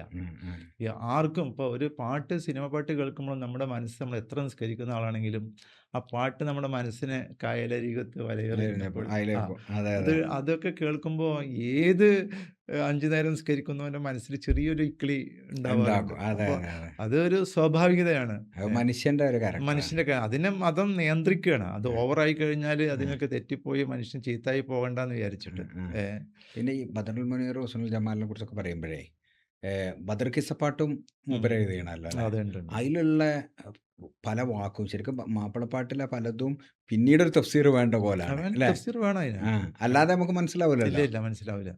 കാരണം ഇത് നാടൻ ഭാഷയല്ല, ഇത് ശരിക്കും സാഹിത്യ ഭാഷയാണ്. അന്നത്തെ സാഹിത്യ ചെന്തമിഴ് പോലെയാണ്. ചെന്തമിഴ് എന്ന് പറഞ്ഞാൽ ശരിക്കും സാഹിത്യ ഭാഷ, തമിഴിന്റെ സാഹിത്യ ഭാഷയാണ്. അപ്പൊ അതിനെ ഒന്നുകൂടി പുള്ളി കോംപ്ലക്സിറ്റി ആക്കിയതാണ്. അല്ലെങ്കിൽ ഒരു ഭാഷ പറയുമ്പോഴേ നമ്മുടെ മലയാള ഭാഷയുടെ നിങ്ങൾ ആലോചിച്ച് നോക്കും. അപ്പൊ ആന്ന് എഴുതണമെങ്കിൽ എത്ര ബുദ്ധിമുട്ടുണ്ട്. അറബിയിൽ ആന്ന് എഴുതാൻ ഒറ്റ വരി മതി. അപ്പോൾ എന്താണെന്ന് വെച്ചാൽ ഈ ബ്രാഹ്മിൺസാണ് ഈ ഭാഷയ്ക്ക് ലിപിയൊക്കെ ഉണ്ടാക്കിയത്. അവർക്ക് ഒരിക്കലും ഇത് സാധാരണ ഈ താണ ജാതിക്കാർ ഇത് തൊട്ടുപോലെ ഇത് വായിച്ചു പോകരുത്. ആ ദുർഗ്രാഹ്യമാവണമെന്നുള്ള അതെ അല്ലേ? അതെ. ആ. അപ്പോൾ അത് ഈ സാഹിത്യത്തിലൊക്കെ അത് വന്നിട്ടുണ്ട്. സാഹിത്യം ഒരിക്കലും സാധാരണക്കാർക്ക് പറഞ്ഞതല്ല. ആ, ആ, ആ. അത് ഒരു വരേണ്യ സ്വഭാവമുണ്ട്. വരേണ്യ സ്വഭാവമുള്ളതാണ്. ആ, ആ. അപ്പോൾ ആ വരേണ്യ സ്വഭാവം അത് മൊയിൻകുട്ടി വൈദ്യരും അതിൽ കാണിച്ചിട്ടുണ്ട്. കാരണം ഇത് പെട്ടെന്നാണ് മനസ്സിലാവരുത്. അതിങ്ങനെ അർത്ഥം പറഞ്ഞ് പിടിച്ച് അത് എന്ത് ചെയ്യണം, അങ്ങനെ വരാൻ പാടുള്ളൂ. പക്ഷേ ഏത് സാധാരണക്കാരനും പെട്ടെന്ന് എന്ത് ചെയ്യും, അതെങ്ങനെയെങ്കിലും അവൻ പഠിച്ച് ഉണ്ടാക്കിയിട്ടത് അത് അവനിലേക്ക് വരുത്തും. അത് ശരി. അതാണ്. അതെ, അതെ. ഇനി അതിലുള്ള വേറൊരു ചോദ്യം. നമ്മളെ കഴിഞ്ഞ ഇന്റർവ്യൂവിലെ നമ്മളെ എന്താ പറയാ, ഇയാള് നാസർ തന്നെ ഒരു മാല, ജാഫർ സദക്കെ, അങ്ങനത്തെ ഒരു മാല പാട്ടിട്ടുണ്ട്, അക്ബർ സദക്ക. അതെന്താ സംഭവം? ശരിക്കും അതിങ്ങനെ കൊണ്ടുപോകുന്ന ഒരു കഥയാണ്. അത് രാമായണത്തിന്റെ ഒരു സാധനമല്ല. നിങ്ങൾ അക്ബർ സദക്ക അക്ബർ സദക്ക പറഞ്ഞാൽ അത് ശരിക്ക് രാമായണത്തിന്റെ അത് ഇതുപോലെ ഈ പേർഷ്യൻ സ്റ്റൈൽ കഥകളാണ്. എന്ന് വെച്ചാൽ അത് ഇപ്പോൾ നമ്മൾ കുപ്പിപ്പാട്ട്, ഇപ്പോൾ ഈ കുപ്പിപ്പാട്ടിലൊക്കെ ഒരു ഫാത്തിമ ബീവിനെ അവതരിപ്പിക്കുകയാണ്. പക്ഷെ ആ കഥകൾ ഒരിക്കലും അടിസ്ഥാനപരമുള്ളതല്ല. ഒന്നും ബേസ് ഉണ്ടാവില്ല, ഒന്നും ബേസ്ഡ് അല്ല. അക്ബർ സദക്കയുടെ പാട്ട് ഇത് തന്നെ. അതിൽ തന്നെ ഒരു ഹീറോ വൽക്കരണാണ്. ഹീറോ ആക്കുന്ന ഫാത്തിമ ബീവിനെ, കുപ്പിപ്പാട്ടിൽ ഫാത്തിമ ബീവിനെ ഹീറോ ആക്കുകയാണ്. കാരണം പാപം ചെയ്യാത്തവർ കല്ലെറിയട്ടെന്ന് പറഞ്ഞ മാതിരി ഈ കുപ്പിമ ആര് തൊട്ടാലും ഒട്ടും. അപ്പോൾ വിളിച്ചു പറയാണ്, ഇതിമ്മ തെറ്റ് ചെയ്യാത്തവരുണ്ടെങ്കിൽ തൊട്ടാൽ അത് ഒട്ടൂല എന്ന് പറഞ്ഞിട്ട് ഫാത്തിമ ബീവി ഒന്നും തൊടുമ്പോൾ ഒട്ടുന്നില്ല. അപ്പോൾ അതുപോലുള്ള ചരിത്രമാണ്. ഇപ്പം എൻ്റെ വേറൊരു ചോദ്യം എന്താ വെച്ചാൽ, എന്താണ് ഇതൊന്നും ഇപ്പം പുതിയ മുസ്ലിം കമ്മ്യൂണിറ്റിയിൽ ഉണ്ടാകാത്തത്? ഇപ്പോൾ ഫാത്തിമ അല്ലെങ്കിൽ മാല, മൗലൂദൊന്നും പുതിയ മുസ്ലിം കമ്മ്യൂണിറ്റിയുടെ പുതിയ രചനകളിൽ വരാത്തതിൻ്റെ കാരണം എന്താ? അല്ല, അത് നമ്മൾ ഈ കാലികമായിട്ടുള്ള മാറ്റങ്ങളാണ്. നമ്മളിപ്പോൾ ഈ വെസ്റ്റേൺ സിവിലൈസേഷനുമായിട്ട് നമ്മൾ കൂടുതൽ അടുക്കുകയാണല്ലോ. പ്രാദേശിക സ്വഭാവങ്ങൾ ഇല്ലാതായി എല്ലാവരും ഒരു വെസ്റ്റേണൈസ്ഡ് ലൈഫിലേക്ക് പോവുകയാണ്. കാരണം ഇന്നത്തെ ഈ മാധ്യമങ്ങളൊക്കെ അവിടുന്ന് ഇങ്ങോട്ട് വരികയാണ്. അപ്പോൾ അതിലേക്ക് എല്ലാം കൂടി ചേരുന്നില്ല. കൂടി നമ്മൾ എന്ത് ചെയ്യുന്നുണ്ട്, ഒക്കെ നമ്മളെ ഇന്ത്യനൈസ് ചെയ്യുന്നുണ്ട്, അല്ലെങ്കിൽ ഇൻഡിജനസ് ആയിട്ട് ചെയ്യുന്നുണ്ട്. ഇപ്പം മാലകളും മൊലൂദുകളൊക്കെ നമ്മൾ ഈ സോഷ്യൽ മീഡിയയിലേക്കൊക്കെ പകർത്തുന്നുണ്ട്. മാത്രമല്ല അതിൻ്റെ ട്രാൻസ്ലേഷൻസ്, വിശദീകരണങ്ങളൊക്കെ, അതിൻ്റെയൊക്കെ ഒരുപാട് വളർച്ചയും വരുന്നുണ്ട്. പഴയതിനേക്കാൾ ഇപ്പോൾ കഴിഞ്ഞ ഒരു നിങ്ങൾ പറഞ്ഞ പറ്റ പൂവല്ലേ ചെയ്യുന്നത്, ഒരർത്ഥത്തിൽ അവ വീണ്ടും പുനർജനിക്കുകയാണ്. പക്ഷെ അത് ജനിക്കുന്നത് പഴയതാണ്. എൻ്റെ ചോദ്യം എന്താ വെച്ചാൽ, എന്താണ് പുതിയ മാല ഉണ്ടാകാത്തത്, പുതിയ നൂൽപ്പാട്ട് ഉണ്ടാകാത്തത്, പുതിയ കപ്പപ്പാട്ട് ഉണ്ടാകാത്തത്? അല്ല, അതിന്റെ സ്റ്റൈലുകൾക്ക് മാറ്റം വരികയാണ്. സ്റ്റൈലുകൾ മാറ്റുകയാണ്. നമ്മളിപ്പോൾ പഴയ മാതിരി നമ്മൾ ഷർട്ട് ഇടുന്നില്ല, പുതിയ ഷർട്ട് ഇടുന്നു. വീണ്ടും അതിന്റെ ഇടയ്ക്ക് പഴയയിലേക്ക് പോയി വരും. നിങ്ങളിപ്പോ പാന്റുകൾ കണ്ടിട്ടില്ലേ? ഇപ്പത്തെ വീണ്ടും വേറെ ടൈപ്പ് നിങ്ങളൊക്കെ കോളേജിൽ പഠിച്ചിരുന്ന കാലത്ത് പാന്റ് അല്ലേ? ഇപ്പൊ നമ്മൾ അമ്മായിപ്പാട്ട് പാടുന്നു, അമ്മായിപ്പാട്ടിന് വേറൊരു വെർഷൻ വരുന്നു. നിങ്ങൾ പാട്ട് പാടുവോ? ഞാൻ പാടില്ല. ഏതെങ്കിലും ഇപ്പൊ ഈ മാപ്പിളപ്പാട്ടിലെ ഏതെങ്കിലും പാട്ട് ഓർമ്മ ഉണ്ടോ? ഐ മീൻ ഇതിലെ പാട്ടൊക്കെ എനിക്ക്, മാലപ്പാട്ടുകളൊക്കെ എനിക്ക് അറിയാം. ഒന്ന് പറഞ്ഞാൽ മതി. ഇപ്പൊ നമ്മള് വഹദത്ത് മാല അറിഞ്ഞ സാധനം, അതാരതാ? അത് ശരിക്കും ഈ ബാബാ ഖാൻ വലിയുള്ള നമ്മുടെ ഈ തെക്കുള്ള, അത് പറയാം നിങ്ങൾക്ക്? എനിക്കത് അറിയില്ല. നിങ്ങൾക്ക് അറിയണ മാല? എനിക്ക് മൊഹിദ്ദീൻ മാല അറിയാം. മൊഹിദ്ദീൻ മാല ഇപ്പൊ എല്ലാവർക്കും അറിയണ. നഫീസത്ത് മാല അറിയോ? നഫീസത്ത് മാല എനിക്ക് ഫുൾ അറിയില്ല. പിന്നെ മാലകൾ എനിക്ക് അങ്ങനെ കാണാതെ സുജായി മൗല്യർ ഏതാ? ഇതല്ലേ സഫലമാലല്ലേ? സഫലമാല എന്താ ശരിക്കും? സഫലമാല ശരിക്കും ഒരു ആധ്യാത്മികമായിട്ടുള്ള സാധനം തന്നെയാണ്. അതൊക്കെ ശരിക്കും അത് മലയാള രീതികളാണ് അതിലുള്ളത്. ഈ കുമ്മിപ്പാട്ട്, അങ്ങനെയുള്ള കുറെ പാട്ടുകളൊക്കെ വെച്ചുകൊണ്ട് അദ്ദേഹം വളരെ നല്ല ഭാഷയിലാണ് സഫലമാല എഴുതിയിട്ടുള്ളത്. പിന്നെ ഇതോ, ഈ തഴവ മുഹമ്മദ് മലിയുടെ പാട്ട് ജവാഹിറുൽ മവാഹിബുൽ ജലിയ, തഴവ നല്ല ഒരു അതിനെ കവിതയായിട്ട് അംഗീകരിക്കുന്നുണ്ടോ? അത് ശരിക്കും ഇസ്ലാമിക അധ്യാപനങ്ങളല്ലേ പറയുന്നത് അല്ലേ? അത് സിമ്പിൾ മലയാളമാണ്. അതെ അതെ അതെ. ഖബറെന്ന് കേട്ടാൽ തൽക്ഷണം ഞെട്ടേണ്ടത്. പക്ഷെ അത് ശരിക്കും പ്രാസനിബദ്ധാണ്. അതെ അതെ അതെ അതെ അതെ. ഒരു ഇതുമില്ലല്ലേ?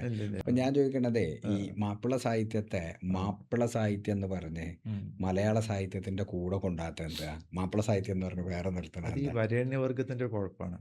അങ്ങനെ നിങ്ങൾ ഒരു കാരണം ഇത് ഡിസ്കോഴ്സ് പറഞ്ഞോ എപ്പോഴെങ്കിലും? ഞാൻ പറയാൻ ഇഷ്ടം പോലെ പറയുന്നുണ്ട്. ആ മലയാള സാഹിത്യത്തിന്റെ ഭാഗമാണ് മാപ്പിള മാപ്പിള അത് സാഹിത്യം. ശരിക്ക് തീർച്ചയായും മാപ്പിള സാഹിത്യത്തിന്റെ ഭാഗമാണ് മലയാള മലയാള ഭാഷ എന്ന് സാഹിത്യം. പറയേണ്ടതാണ്. ആ കാരണം ആദ്യം ഉണ്ടായത് ഈ അറബി മലയാളമാണല്ലോ. അതെ അതെ അതെ. എന്നിട്ടല്ലേ മലയാളം ഉണ്ടാകുന്നത്. ആ.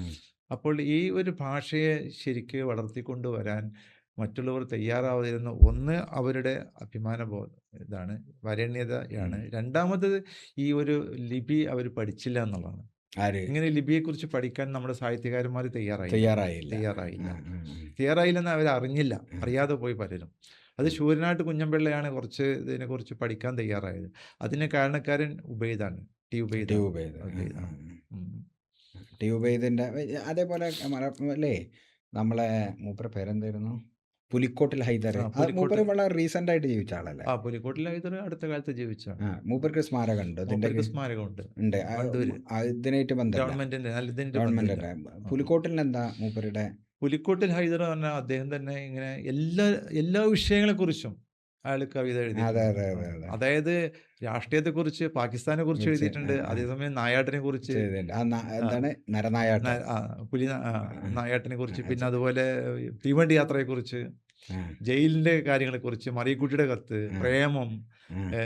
ഒരു മനുഷ്യന്റെ ജീവിതത്തിൽ ഏതൊക്കെ നിലയിലൂടെ സഞ്ചരിക്കോ അതെ അതെ അതെ. അതിനെക്കുറിച്ചൊക്കെ അദ്ദേഹം കവിത കവിത എഴുതി. എഴുതിയിട്ടുണ്ട്. അത് ശരിക്കും മലയാള കവിതകളാ അല്ലേ? മലയാളമാണ്. പക്ഷെ മലയാള കവിതയിൽ ഇയാളെ കുറിച്ച് പറയാറില്ല. പറയില്ല. ആ, അതൊക്കെ ഒന്ന് പുനർചിന്തിക്കേണ്ടത് ആവശ്യമാണ്. അതെ അതെ അതെ അതെ. പക്ഷെ അതിനുള്ള വേദികള് ഇപ്പൊ ഇപ്പൊ നമ്മള് ഇപ്പൊ ഈ മാപ്പിള സാഹിത്യം എന്ന് പറഞ്ഞാൽ മാറ്റി നിർത്തുന്നതിന് ഇതിനായിട്ട് മെർജ് ചെയ്യാൻ ശരിക്കും തയ്യാറാവണം അല്ലേ? മലയാള സാഹിത്യം. കാരണം ഇത് മലയാള സാഹിത്യം പഠിക്കുമ്പോൾ മാപ്പിള സാഹിത്യം അതിന്റെ ഒരു ഭാഗമായിട്ട് പഠിപ്പിക്കണം. അതെ അതെ അതെ അതെ. അതുപോലെ മാപ്പിളമാര് തന്നെ പഠിപ്പിക്കുന്നില്ലല്ലോ. പിന്നെ അതിൽ തന്നെ പ്രശ്നം ഉണ്ടല്ലോ അല്ലേ? അതിൽ തന്നെ പ്രശ്നമുണ്ട്.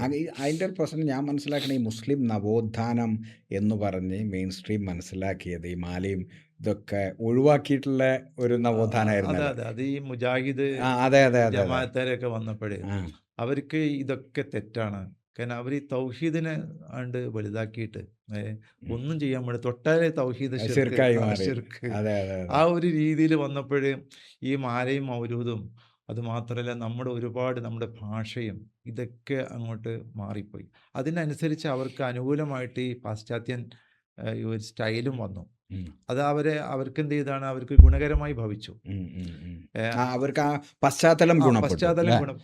ഗുണപ്പെട്ടു. ആ, ആ, അപ്പോൾ ആ ഒരു സ്ട്രീമിലേക്ക് പിന്നെ സുന്നികളും കുറേയാണ്ട് പോകാൻ തുടങ്ങി. ഉം, ഉം, പക്ഷെ ഇവർ പിടിച്ചു നിർത്തുകയാണ്. ഉം, ഉം. അവർ പോവുകയാണ്. അവർ ആ. പ്രവഹിച്ചുകൊണ്ടിരിക്കുകയാണ്. ആ പ്രവാഹത്തെ ഇവർ പിടിച്ചു നിർത്തുകയാണ് സുന്നികൾ. ഇപ്പം ഈ അറബി മലയാളം ഇപ്പോൾ ഏതാനും മദ്രസകളിൽ മാത്രമേ ഉള്ളത്. അതെ എൻ്റെ അഭിപ്രായത്തിൽ അങ്ങനെ അതിപ്പോൾ ഒരു ബോധന മാധ്യമമായിട്ട് പഠിപ്പിക്കൊന്നും വേണ്ട. അതെ പക്ഷെ അതെ അത് സംരക്ഷിക്കണം. അതെ അതെ. നമ്മളെ മോയിൻകുട്ടി വൈദ്യർ അക്കാഡമി ചെയ്യുന്ന പോലെ അത് സംരക്ഷിക്കാൻ നമ്മൾ തയ്യാറാണ്.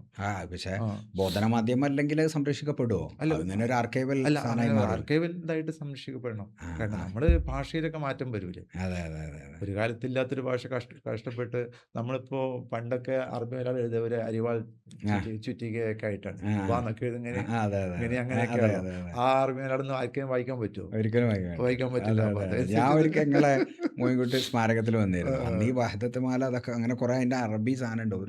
ഞാൻ മദ്രസയിൽ 10ാം ക്ലാസ് വരെ ഇതിൽ പഠിച്ച ആളാണ്. എനിക്കൊന്നും കിട്ടണില്ല. അപ്പോൾ നമ്മൾ തന്നെ മറന്നുപോയി. മലയാളം അല്ലേ നമുക്ക് അറിയുള്ളൂ. അത് ഒരു പ്രധാന.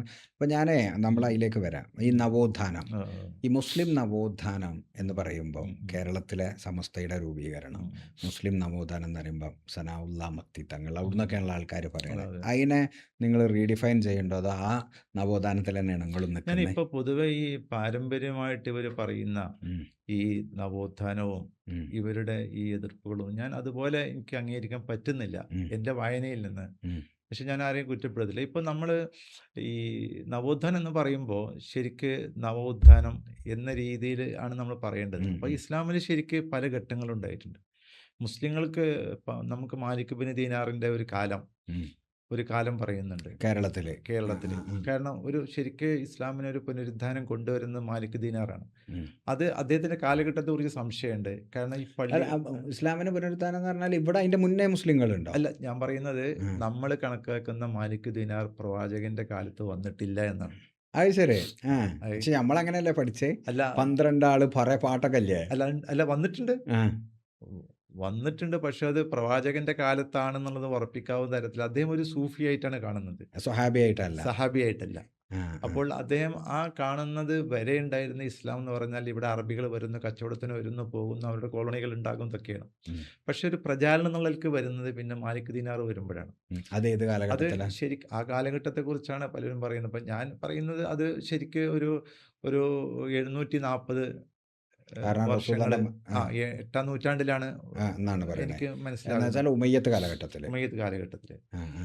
അപ്പോൾ ആ കാലഘട്ടത്തിൽ വരുമ്പോൾ അവരെന്ത് ചെയ്യുന്നു, പള്ളികൾ ഉണ്ടാക്കുകയാണ്. ഉം. പള്ളികൾ ഉണ്ടാക്കിയിട്ട് ഒരു ക്രമത്തിലുള്ള ഒരു ഉം. ഒരു ഒരു റെഗുലറൈസ്ഡ് ഉം. മിഷൻ ഉം. അവരുണ്ടാക്കുകയാണ്. ആ, ആ, ഏ ആ. അപ്പോൾ ആ രീതിയിൽ വരുന്നത് കൊണ്ട് അതൊരു നവോത്ഥാനമാണ്. ആ, ആ. പിന്നീട് കുറച്ച് കഴിഞ്ഞപ്പോൾ വരുന്ന നവോത്ഥാനം ഈ മഖ്ദൂമിൻ്റെ ആണ്. ആ, മഖ്ദൂമിന്റെ. അത് ദർസി അപ്പൊ അതിന്റെ സമ്പ്രദായം. മുന്നേ ഉള്ള ഇസ്ലാമിന്റെ കാലഘട്ടം അതിന്റെ അല്ല, അത് ഏകദേശം ആ കാലഘട്ടം ഇങ്ങനെ തുടരുകയാണ്. അതേ കാഴ്ചപ്പാടുകൾ തുടരും. പള്ളികൾ ഉണ്ടാകുന്നു, ഇങ്ങനെ പിന്നെ നിസ്കരിക്കുന്നു. അങ്ങനത്തെ കാര്യങ്ങളൊക്കെ ഇങ്ങനെ തുടരുകയാണ്. ഉം. പക്ഷെ പിന്നെ അതിൽ നിന്ന് മാറ്റം, അതാണല്ലോ നവോത്ഥാനമായിട്ട് വരിക. അതെ, അതെ, അതെ. അപ്പോൾ ദർസി സിസ്റ്റം വരുന്നു. അതെ, അതെ. പള്ളി ദർസുകൾ. പള്ളി ദർസുകൾ കാര്യങ്ങളൊക്കെ വന്ന് കൂടുതൽ മുസ്ലിയാന്മാർ എന്ന് പറഞ്ഞൊരു വിഭാഗം ഉണ്ടാകുന്നു. ഇവരൊക്കെ കൂടി ആയിട്ട് അതിന് വലിയൊരു മാറ്റം. അപ്പോൾ അതെന്ത് ചെയ്യുന്നു, സാമൂതിരിയായിട്ടുള്ള ആ ഒരു ഇതും മുസ്ലിങ്ങൾ കൂടുതൽ കച്ചവടക്കാർ വരവും വലിയ ചേഞ്ച് വരും. പിന്നെ കുറച്ച് അങ്ങനെ ആ ഒരു ഇതിലിങ്ങനെ തുടർന്ന് വരുമ്പോഴേ പിന്നെ തങ്ങന്മാർ വരാൻ തുടങ്ങി. തങ്ങന്മാർ ആദ്യം വരുന്നത് മറ്റേ ബുഖാരികൾ ആദ്യം വരുന്നവരാണ്. അത് അവര് 16-ാം നൂറ്റാണ്ടിൽ തന്നെ വരാൻ തുടങ്ങി. പിന്നെ ഇവിടെ ജിഫ്രിവരൊക്കെ വരുന്ന പിന്നെ ഒരു നൂറ്റാണ്ടൊക്കെ കഴിഞ്ഞിട്ടാണ്. അപ്പൊ അവര് വന്നപ്പോൾ ഒരു തരീഖത്ത് സംസ്കാരമൊക്കെ ആയിട്ട് അലവികളും ഒരു പ്രത്യേകിച്ച് സ്പിരിച്വലായ ഒരു വലിയ ഉണർവ് കേരളത്തിൽ ഉണ്ടാവുകയാണ്. അവര് ഹീലിങ്സും അതുപോലുള്ള കാര്യങ്ങളൊക്കെ അവർ ചെയ്തുകൊണ്ട് സ്പിരിച്വൽ ഹീലിങ്സ് അതാണ് പിന്നീട് ഉറുക്ക് മന്ത്രം എന്നൊക്കെ പറഞ്ഞ പോലെ നവോത്ഥാനമായി സൂഫി സ്റ്റൈലിലുള്ള ഒരു ട്രഡീഷനായിട്ട് വരും. അപ്പോൾ അതൊരു ഘട്ടമാണ്. ആ ഘട്ടത്തിന്റെ തുടർച്ചയായിട്ടാണ് പിന്നീടുള്ള ഈ നവോത്ഥാനങ്ങൾ വരുന്നത്. സാധാരണ നവോത്ഥാനം എന്ന് പറഞ്ഞാൽ ബ്രിട്ടീഷ് കൾച്ചർ എപ്പോഴാണ് കൊണ്ടുവന്നത്, അതാണ് നവോത്ഥാനം എന്ന തരത്തിലാണ് അണ്ടർസ്റ്റാൻഡിങ് ചെയ്യാറുള്ളത്. പക്ഷെ അതല്ലല്ലോ. അപ്പൊ ഇങ്ങനെ നമുക്ക് ഈ സ്റ്റെപ്പുകളായിട്ട് നമുക്ക് കാണാൻ കഴിയും. അതിൽ വരുന്നതാണ് പിന്നെ ഐക്യസംഘം. നമ്മളിപ്പോൾ ഐക്യസംഘം എന്ന് പറയുമ്പോൾ അത് എല്ലാവരും കൂടി ഉണ്ടാക്കിയൊരു സംഘമാണ്. അതിൽ സുന്നികളൊക്കെ ഉണ്ടായിരുന്നു. അതിൽ പറവണ്ണ എന്നൊക്കെ പറയുന്ന വലിയ പണ്ഡിതന്മാരുടെ പാങ്ങിൽ അഹമ്മദ് കുട്ടി മുസ്ലിയാർ അങ്ങനെയുള്ള ആളുകളൊക്കെ പിന്തുണ ഉണ്ടായിരുന്ന ഒരു ഇതാണ്. പിന്നീട് ഇതിൽ വരുന്നത് വക്കം മൗലവിയുടെ ഒരു കാലഘട്ടത്തിൽ ചെറിയൊരു പ്രശ്നം ഉണ്ടാകുന്നു. വക്കം മൗലവിയെ നമ്മൾ ഒരിക്കലും ചെറുതാക്കി കാണിക്കാൻ വയ്യ. അദ്ദേഹം ഒരുപാട് ഈ വിദ്യാഭ്യാസ പ്രവർത്തനങ്ങൾക്കൊക്കെ വലിയ കാര്യങ്ങൾ ചെയ്താണ്. പക്ഷെ അദ്ദേഹത്തിന് ഈ ഈജിപ്ഷ്യൻ ഇഖ്വാനിന്റെ ഒരു ചെറിയ സ്വാധീനം ഉണ്ടായി. അന്ന് ഇഖ്വാനുണ്ട്, അന്ന് അവരുടെ മാസികയുണ്ട്. അന്ന് അവരുടെ മാസിക വായിച്ചു. അൽമനാർ ഇവിടെ കൊണ്ടുവന്ന് വായിക്കുകയൊക്കെ ചെയ്യുക. അപ്പൊ അത് ശരിക്കും ഇവിടുത്തെ സുന്നി ഉലമാക്കളെ ഒന്ന് പ്രയാസം ഉണ്ടാക്കി അവർക്ക്. അപ്പോൾ അവരെന്ത് ചെയ്യാണ്, അത് വക്കം മൗലവിയുടെ കാലത്തല്ല, ശരിക്കും വക്കം മൗലവിക്ക് ശേഷമാണ് അദ്ദേഹത്തിന്റെ പ്രവർത്തനങ്ങൾ എതിർക്കാൻ തുടങ്ങി. അപ്പോൾ അതോടുകൂടി അദ്ദേഹം ഉണ്ടാക്കിയ സ്കൂളുകളും അദ്ദേഹത്തിന്റെ അറബി പഠനം അതിനൊക്കെ എതിർത്തു. ഒന്നിനോട് ദേഷ്യം ഉണ്ടാകുമ്പോൾ പിന്നെ എല്ലാം എതിർത്തു. അപ്പോൾ അദ്ദേഹത്തിന്റെ ഭാഗത്ത് അങ്ങനെയുള്ള ഒരു മാറ്റം, അതിൽ നിന്ന് പ്രചോദനം ഉൾക്കൊണ്ടുകൊണ്ട് പിന്നെ ഐക്യസംഘം ഉണ്ടാകണം. ഐക്യസംഘം ഇങ്ങനെ ഉണ്ടായി അതൊക്കെ ബ്രിട്ടീഷ് അനുകൂലമായിരുന്നു. ബ്രിട്ടീഷ് അനുകൂലമാണ്. അതിന്റെ പേരിലാണ് അബ്ദുറഹ്മാൻ സാഹിബ് ഇന്ന് ഇറങ്ങിയിരുന്നത്, പോരുന്നൊക്കെ അതിന്റെ പേരിലാണ്. അപ്പോൾ ആ ഒരു 921 കഴിയുന്ന ഒരു കാലഘട്ടമാണല്ലോ. അപ്പോൾ എന്ത് ചെയ്തു വെച്ചാൽ സുന്നികളൊക്കെ കൂടി ചിന്തിച്ചു, വരക്കൽ മുല്ലക്കോയ കൂടി ചിന്തിച്ചിട്ട് അവര് സമസ്ത ഉണ്ടാക്കുകയാണ്. അതും ബ്രിട്ടീഷ് അനുകൂലം തന്നെയാണ്. അന്ന് അല്ലാതെ വേറെ നിവൃത്തിയില്ല. ഈ 921 ശേഷമുള്ള കാലഘട്ടത്തിൽ ഒരൊറ്റ സംഘടന ഉണ്ടാക്കാനും എല്ലാറ്റിനും ബ്രിട്ടീഷുകാരെ അനുകൂലിക്കല്ലാതെ ഒരു മാർഗമില്ല. അപ്പൊ ഇവരൊക്കെ ബ്രിട്ടീഷുകാരെ അനുകൂലിച്ചുകൊണ്ടാണ് ഈ സംഘടന ഉണ്ടാക്കുന്നത്. അല്ലാതെ ഇവർ പറയും സമസ്തക്കാർ ബ്രിട്ടീഷുകാരെ ഭക്തി ഉണ്ട്. ആരാണ് ബ്രിട്ടീഷുകാരെ ഭക്തി ഇല്ലാത്തത്? എല്ലാ സംഘടനകളും എല്ലാവർക്കും അങ്ങനെ തന്നെ ആയിരുന്നു. അന്ന് ഇപ്പൊ ഈ സമസ്ത പൊന്നാനിയില് ബ്രിട്ടീഷുകാർക്കെതിരെ പറഞ്ഞതിന് ഇങ്ങനെ ഒരു പാട്ടുണ്ട്, വലക്കത് ഖാന ഫി ബുന്നാനി ഖാദിയാനി ആമൂവ കുഞ്ഞമ്പാവ കാഫിറാനി എന്ന് പറഞ്ഞാൽ ആ മുസ്ലിയാരും കുഞ്ഞമ്പാ മുസ്ലിയാരും എതിരാണ്. കുഞ്ഞമ്പാ മുസ്ലിയാരൊക്കെ എന്തായിരുന്നു വെച്ചാൽ ബ്രിട്ടീഷ് പക്ഷത്തായിരുന്നു. ശരി. അതായത് ഈ ഇവിടെ ഒരു ഖിലാഫത്തിന്റെ ഒരു മീറ്റിംഗ് ഇവിടെ നടത്തുമ്പോൾ പൊന്നാനി നടത്താൻ തീരുമാനിച്ചു. അപ്പോൾ ബ്രിട്ടീഷുകാർ എന്ത് ചെയ്തു വെച്ചാൽ അവിടെയുള്ള കുറേ ആളുകളെ കൂടി, അന്ന് പൊന്നാനി മഖ്ദൂമാരൊക്കെ ബ്രിട്ടീഷ് പക്ഷത്താണ്. അത് ശരി, അത് ആ. ശരി. ആ, ആദ്യം അവർ ബ്രിട്ടീഷുകാർക്കെതിരായിരുന്നു. ആ, ആ. പിന്നെ ഈ വക ഉണ്ടാക്കിയ കാലത്ത് ഇത് രാഷ്ട്രീയം അങ്ങനെയല്ലേ. ആ, ആ. അപ്പൊ ഈ തുഫത്തുൽ മുജാഹിദീൻ എഴുതിയ ആൾക്കാര് പിന്നീട് അല്ല, ബ്രിട്ടീഷുകാർക്ക് തുറഫത്തുൽ മുജാഹിദിന്റെ കാലം കഴിഞ്ഞില്ല. കഴിഞ്ഞ അതെ, അതെ, അത് അതെ. 16 നൂറ്റാണ്ടിലല്ലേ. നൂറ്റാണ്ടിലല്ല, അത് കഴിഞ്ഞ് ഇതിപ്പോ നൂറ്റാണ്ടുകൾ ഇത് കഴിഞ്ഞ. നൂറ്റാണ്ടുകളായില്ലേ. ആ, ആ, അപ്പൊ കുഞ്ഞമ്പാവ മുസ്ലിയാർ, തട്ടാങ്കര മുസ്ലിയാർ, ഇങ്ങനെയുള്ള കുറച്ച് അന്നത്തെ വലിയ പണ്ഡിതന്മാരൊക്കെ ഈ ബ്രിട്ടീഷുകാരുടെ പക്ഷത്തുള്ള മീറ്റിങ്ങിൽ, ആ, ആ. ആലി മുസ്ലിം പാർട്ടിയൊക്കെ ഇവരെ എതിരല്ലേ. ഇവർ തമ്മിൽ ഭയങ്കര തർക്കം. ആ, ആ. അപ്പൊ അന്ന് നമ്മുടെ ആമിനുമ്മാന്റെ അകത്ത് പരീക്കുട്ടി മുസ്ലിയാർ കേട്ടിട്ടുണ്ടാവും. ആ, അത് അതെ. നമ്മുടെ ഖിലാഫത്തിന്റെ വലിയ ആ, ആളായിരുന്നു. ആ, അദ്ദേഹം ഒരു പുസ്തകം എഴുതി, മുഹിമ്മാത്തുൽ മോമിനീൻ. ആ. അത് ഈ ബ്രിട്ടീഷുകാരെ എതിർക്കാൻ വേണ്ടിയിട്ട്. ഉം. അപ്പോൾ ആ പുസ്തകം എഴുതിയിട്ട്, അപ്പോൾ അതിന് പകരം മറ്റേ പൊന്നാനി പക്ഷക്കാർ മഹക്കുൽ ഖലാഫ അല ഇസ്മിൽ ഖിലാഫ, ഉം. ഖിലാഫത്തിന്റെ പേരിൽ കലാപം ഉണ്ടാക്കുന്നവർ ആ. എന്ന് പറഞ്ഞിട്ട് അവര് ബുക്ക് പുസ്തകം ചെയ്ത്. എഴുതി. അത് ശരി, അത് ശരി. അപ്പൊ അങ്ങനെ ഒരു സംവാദമൊക്കെ ഓ, അങ്ങനെ നടന്നില്ലേ സംവാദം ഉണ്ടായിരുന്നു. അങ്ങനെ ഈ സംവാദം മലബാർ കലാപത്തിനെതിരെ? മലബാർ കലാപത്തിനെതിരെ. ഈ മലബാർ കലാപത്തിൽ കുറച്ചാളുകളല്ലേ പങ്കെടുത്തിട്ടുള്ളൂ. നമ്മളിപ്പോൾ ഇത് മലബാർ കലാപം എന്ന് പറയുമ്പോൾ എല്ലാ മുസ്ലിങ്ങളും അതിൽ പങ്കെടുത്തിട്ടില്ല. ആ, ആ. വലിയ വിഭാഗം മുസ്ലിങ്ങളും മലബാർ കലാപത്തിൽ ഇല്ല, എതിരായിരുന്നു. ഇതിന്. പക്ഷേ ഇവർ ബ്രിട്ടീഷുകാർ ഈ ഒപ്രസ് ചെയ്തപ്പോ എല്ലാവർക്കും കിട്ടി. ഒപ്രസ് ചെയ്തപ്പോൾ ഈ മാപ്പിളമാരെന്ന് പറഞ്ഞ വിഭാഗക്കാർ കുടുങ്ങി. ആ, ആ, ആ. കാരണം എല്ലാവരും പോണം. ആ, ആ. പിന്നെ ഗൂർഖകളല്ലേ വരണം, ഓൽക്കെന്ത് മാപ്പിള വരുന്നത്, എന്ത് ഓൽക്ക് ഇത്? കാണിച്ചു കൊടുത്ത് ഇങ്ങനത്തെ തലയെക്കെട്ടും അതെ, ഇങ്ങനെയുള്ള ആളുണ്ടെങ്കിൽ ശരിയായിക്കോളി അറിഞ്ഞ് അതെ, അതെ. അത് എല്ലാരും പെട്ടു. അയ്യ എല്ലാവരോടും പെട്ടു. ഉം. അല്ലാതെ ഒരു വലിയ വിഭാഗം പണ്ഡിതന്മാർ എതിരാണ്, പൊന്നാനി എതിരാണ്, മമ്പർ എതിരല്ലേ. മമ്പറുവിനെതിരാ? ആ, പിന്നെ മമ്പർ എതിരാ. മമ്പറും ബ്രിട്ടീഷുകാർക്ക് അല്ല, എതിരാണ്. മമ്പറും ബ്രിട്ടീഷുകാർ, മമ്പറും തങ്ങളുടെ കാലം, അയാളെ മകന്റെ കാലം കഴിഞ്ഞപ്പോൾ ഇവരെ കയ്യിലായി. ആ, ആ. നമ്മുടെ ഈ ഈ പൂക്കോയ തങ്ങളെ കുടുംബത്തിൽ ജിഫ്രികളെ കയ്യിലായി. ജിഫ്രികളെ കയ്യിലായി. ഈ ജിഫ്രികള് മുത്തുകോയത്തങ്ങൾ എന്നൊക്കെ പറഞ്ഞാൽ കോഴിക്കോടുള്ള ജിഫ്രികളാണ്. ആ, ആ. അപ്പൊ അദ്ദേഹത്തിന്റെ മകനെ ഇങ്ങനെ ഖാൻ ബഹാദൂർ ആറ്റക്കോയത്തങ്ങൾ, ഖാൻ ബഹാദൂർ എന്ന് കേട്ടാൽ തന്നെ അങ്ങനെ നമുക്ക് അറിയാലോ, പറ്റൂല. ബ്രിട്ടീഷുകാർ കൊടുത്ത അപ്പൊ പട്ടാണ്. അവരൊക്കെ കൂടി മമ്പുറത്ത് എന്ത് ചെയ്തു, അവരാളാക്കി. എന്ന് മാത്രമല്ല, ഹിച്ചകോക്കിന്റെ സ്മാരകം ഉണ്ടാക്കുമ്പോ മമ്പുറത്ത് നിന്ന് പിരിച്ചു കൊടുത്തു പൈസ. അത് ശരി. ആ, എവിടുന്ന്? മമ്പുറത്ത് നോക്കാൻ വന്നേ. മമ്പുറത്ത് യോഗം ചേർന്ന് ആ, ആ. ഹിച്ചുകോക്കിന്റെ സ്മാരകം ഉണ്ടാക്കുന്നുണ്ട്. ഉണ്ടാക്കാന്. അതിന് നമ്മൾ പൈസ കൊടുക്കണം എന്ന് പറഞ്ഞിട്ട് ഈ ഖാൻ ബഹാദൂർ ആറ്റക്കോയ തങ്ങളെ കൂടി ഇരുന്നിട്ട് പൈസ ഉണ്ടാക്കിയിട്ട് ഗവൺമെന്റിന് കൊടുത്തു. അപ്പൊ അതിന്റെ ഇതൊക്കെ ആലോചിച്ച് നോക്കിയാല് ചരിത്രത്തില് അല്ലേ? ആ ഓ, ചരിത്രത്തിൽ അത് ശരി. അതിന് എഴുതിയ നോട്ടീസ് വരെ ഉണ്ട്, ഇപ്പോഴുണ്ട്, ഹിച്ച്കോക്കിനെ ഈ പൈസ ഉണ്ടാക്കണം. പൈസ ഉണ്ടാക്കാൻ അപ്പൊ വേണ്ടിയിട്ട്. അത്ര പേടിയേനെ ഇവർക്ക്. ഇവര് അതുകൊണ്ടാണ് ബ്രിട്ടീഷുകാരെ പക്ഷത്ത് നിന്നുകൊണ്ട് എന്തൊക്കെ ആനുകൂല്യം നേടിയെടുക്കാൻ പറ്റും. അപ്പൊ അതുകൊണ്ട് ഈ ഒരു സംഘടന ഉണ്ടാക്കുമ്പോൾ മുസ്ലിങ്ങൾ നല്ല ലക്ഷ്യത്തിന് സംഘടന ഉണ്ടാക്കുമ്പോൾ ഇവരെ പിന്നാലെ പോകും. ആ ഭരണകൂടത്തോട് ആ.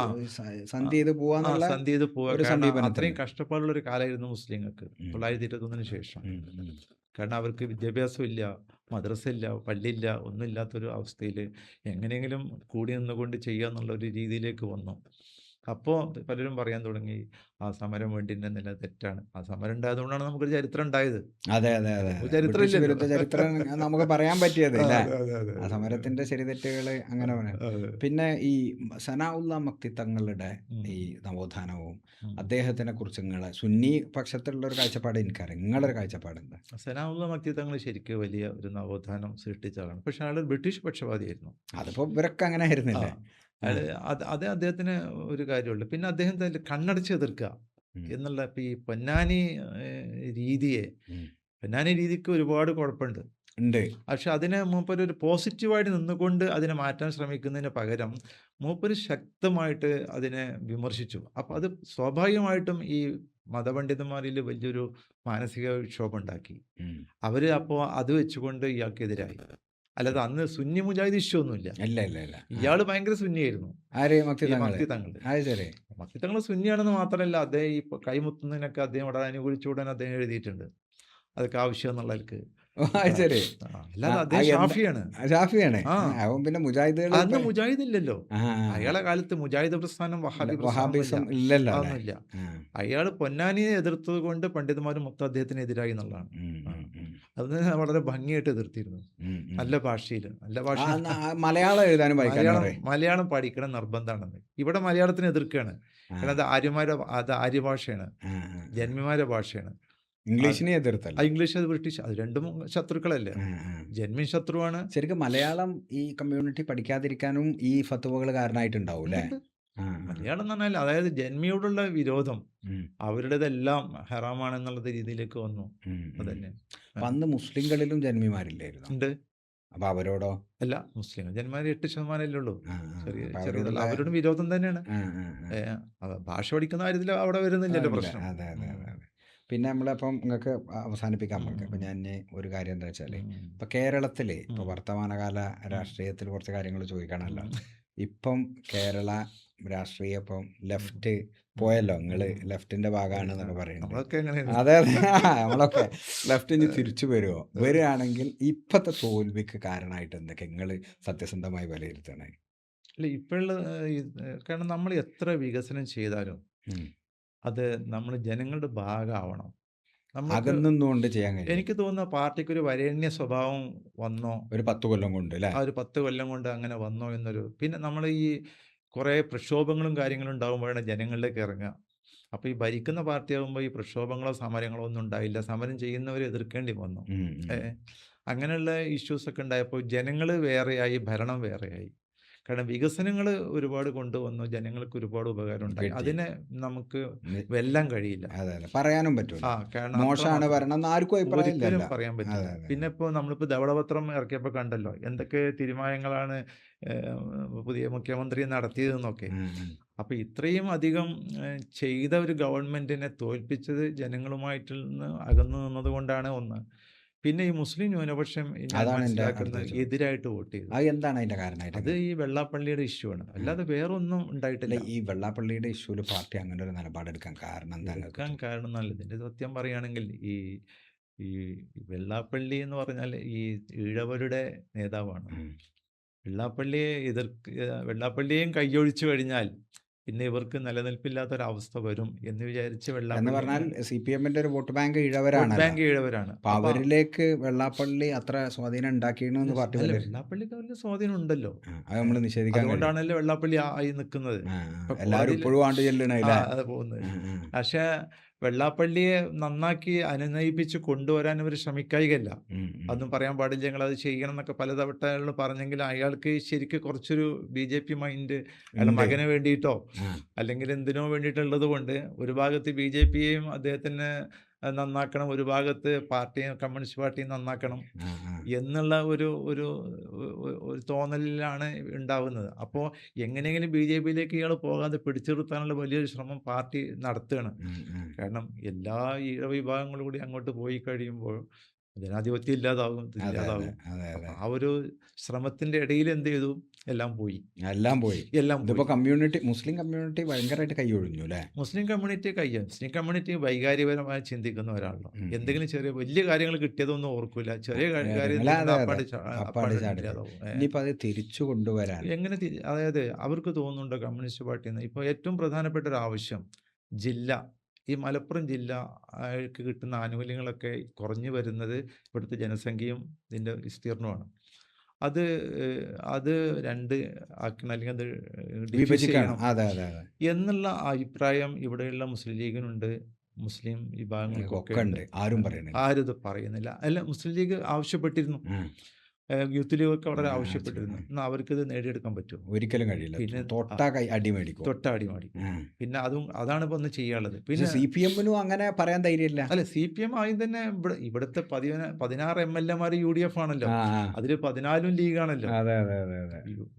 LDF-ന് ഇവിടെ ആകെ കിട്ടിയ 1-2. അവരിപ്പോ വിചാരിക്കണ എന്താ അറിയോ, ശരിക്കും അതിന്റെ വികസനവും മറ്റു കാര്യങ്ങളൊക്കെ നോക്കണേലാറെ ഇനി ഒരു ജില്ലാ പഞ്ചായത്തോട് ലീഗിന് കൊടുക്കണ്ടെന്നുള്ള ഒരു ഇതുള്ളതുകൊണ്ടാണ്. പക്ഷെ അത് മാത്രമല്ല, ലീഗിന് കൊടുക്കണ കുറച്ചൊക്കെ ശ്രമിച്ചാൽ എന്ത് ചെയ്യാം, ഇവിടുത്തെ വലിയ ഭൂരിപക്ഷം കുറക്കാനും പറ്റും. കാരണം കുറച്ച് അവിടെ നിന്ന് എടുക്കുക, തൃശ്ശൂരിൽ നിന്ന് എടുക്കുക, പാലക്കാടിന് എടുത്തിട്ടൊക്കെ കൂടി അവർക്ക് ചെറിയ ചേഞ്ച് ഒക്കെ വരുത്താൻ പറ്റും.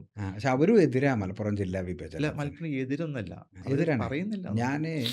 ഇപ്പം ഞാൻ ഇവരുടെ കൂടെ ഉണ്ടായിരുന്നല്ലോ, ആ സമയത്ത് ഞങ്ങളൊരു ഡാറ്റ കളക്ഷൻ നടത്തി.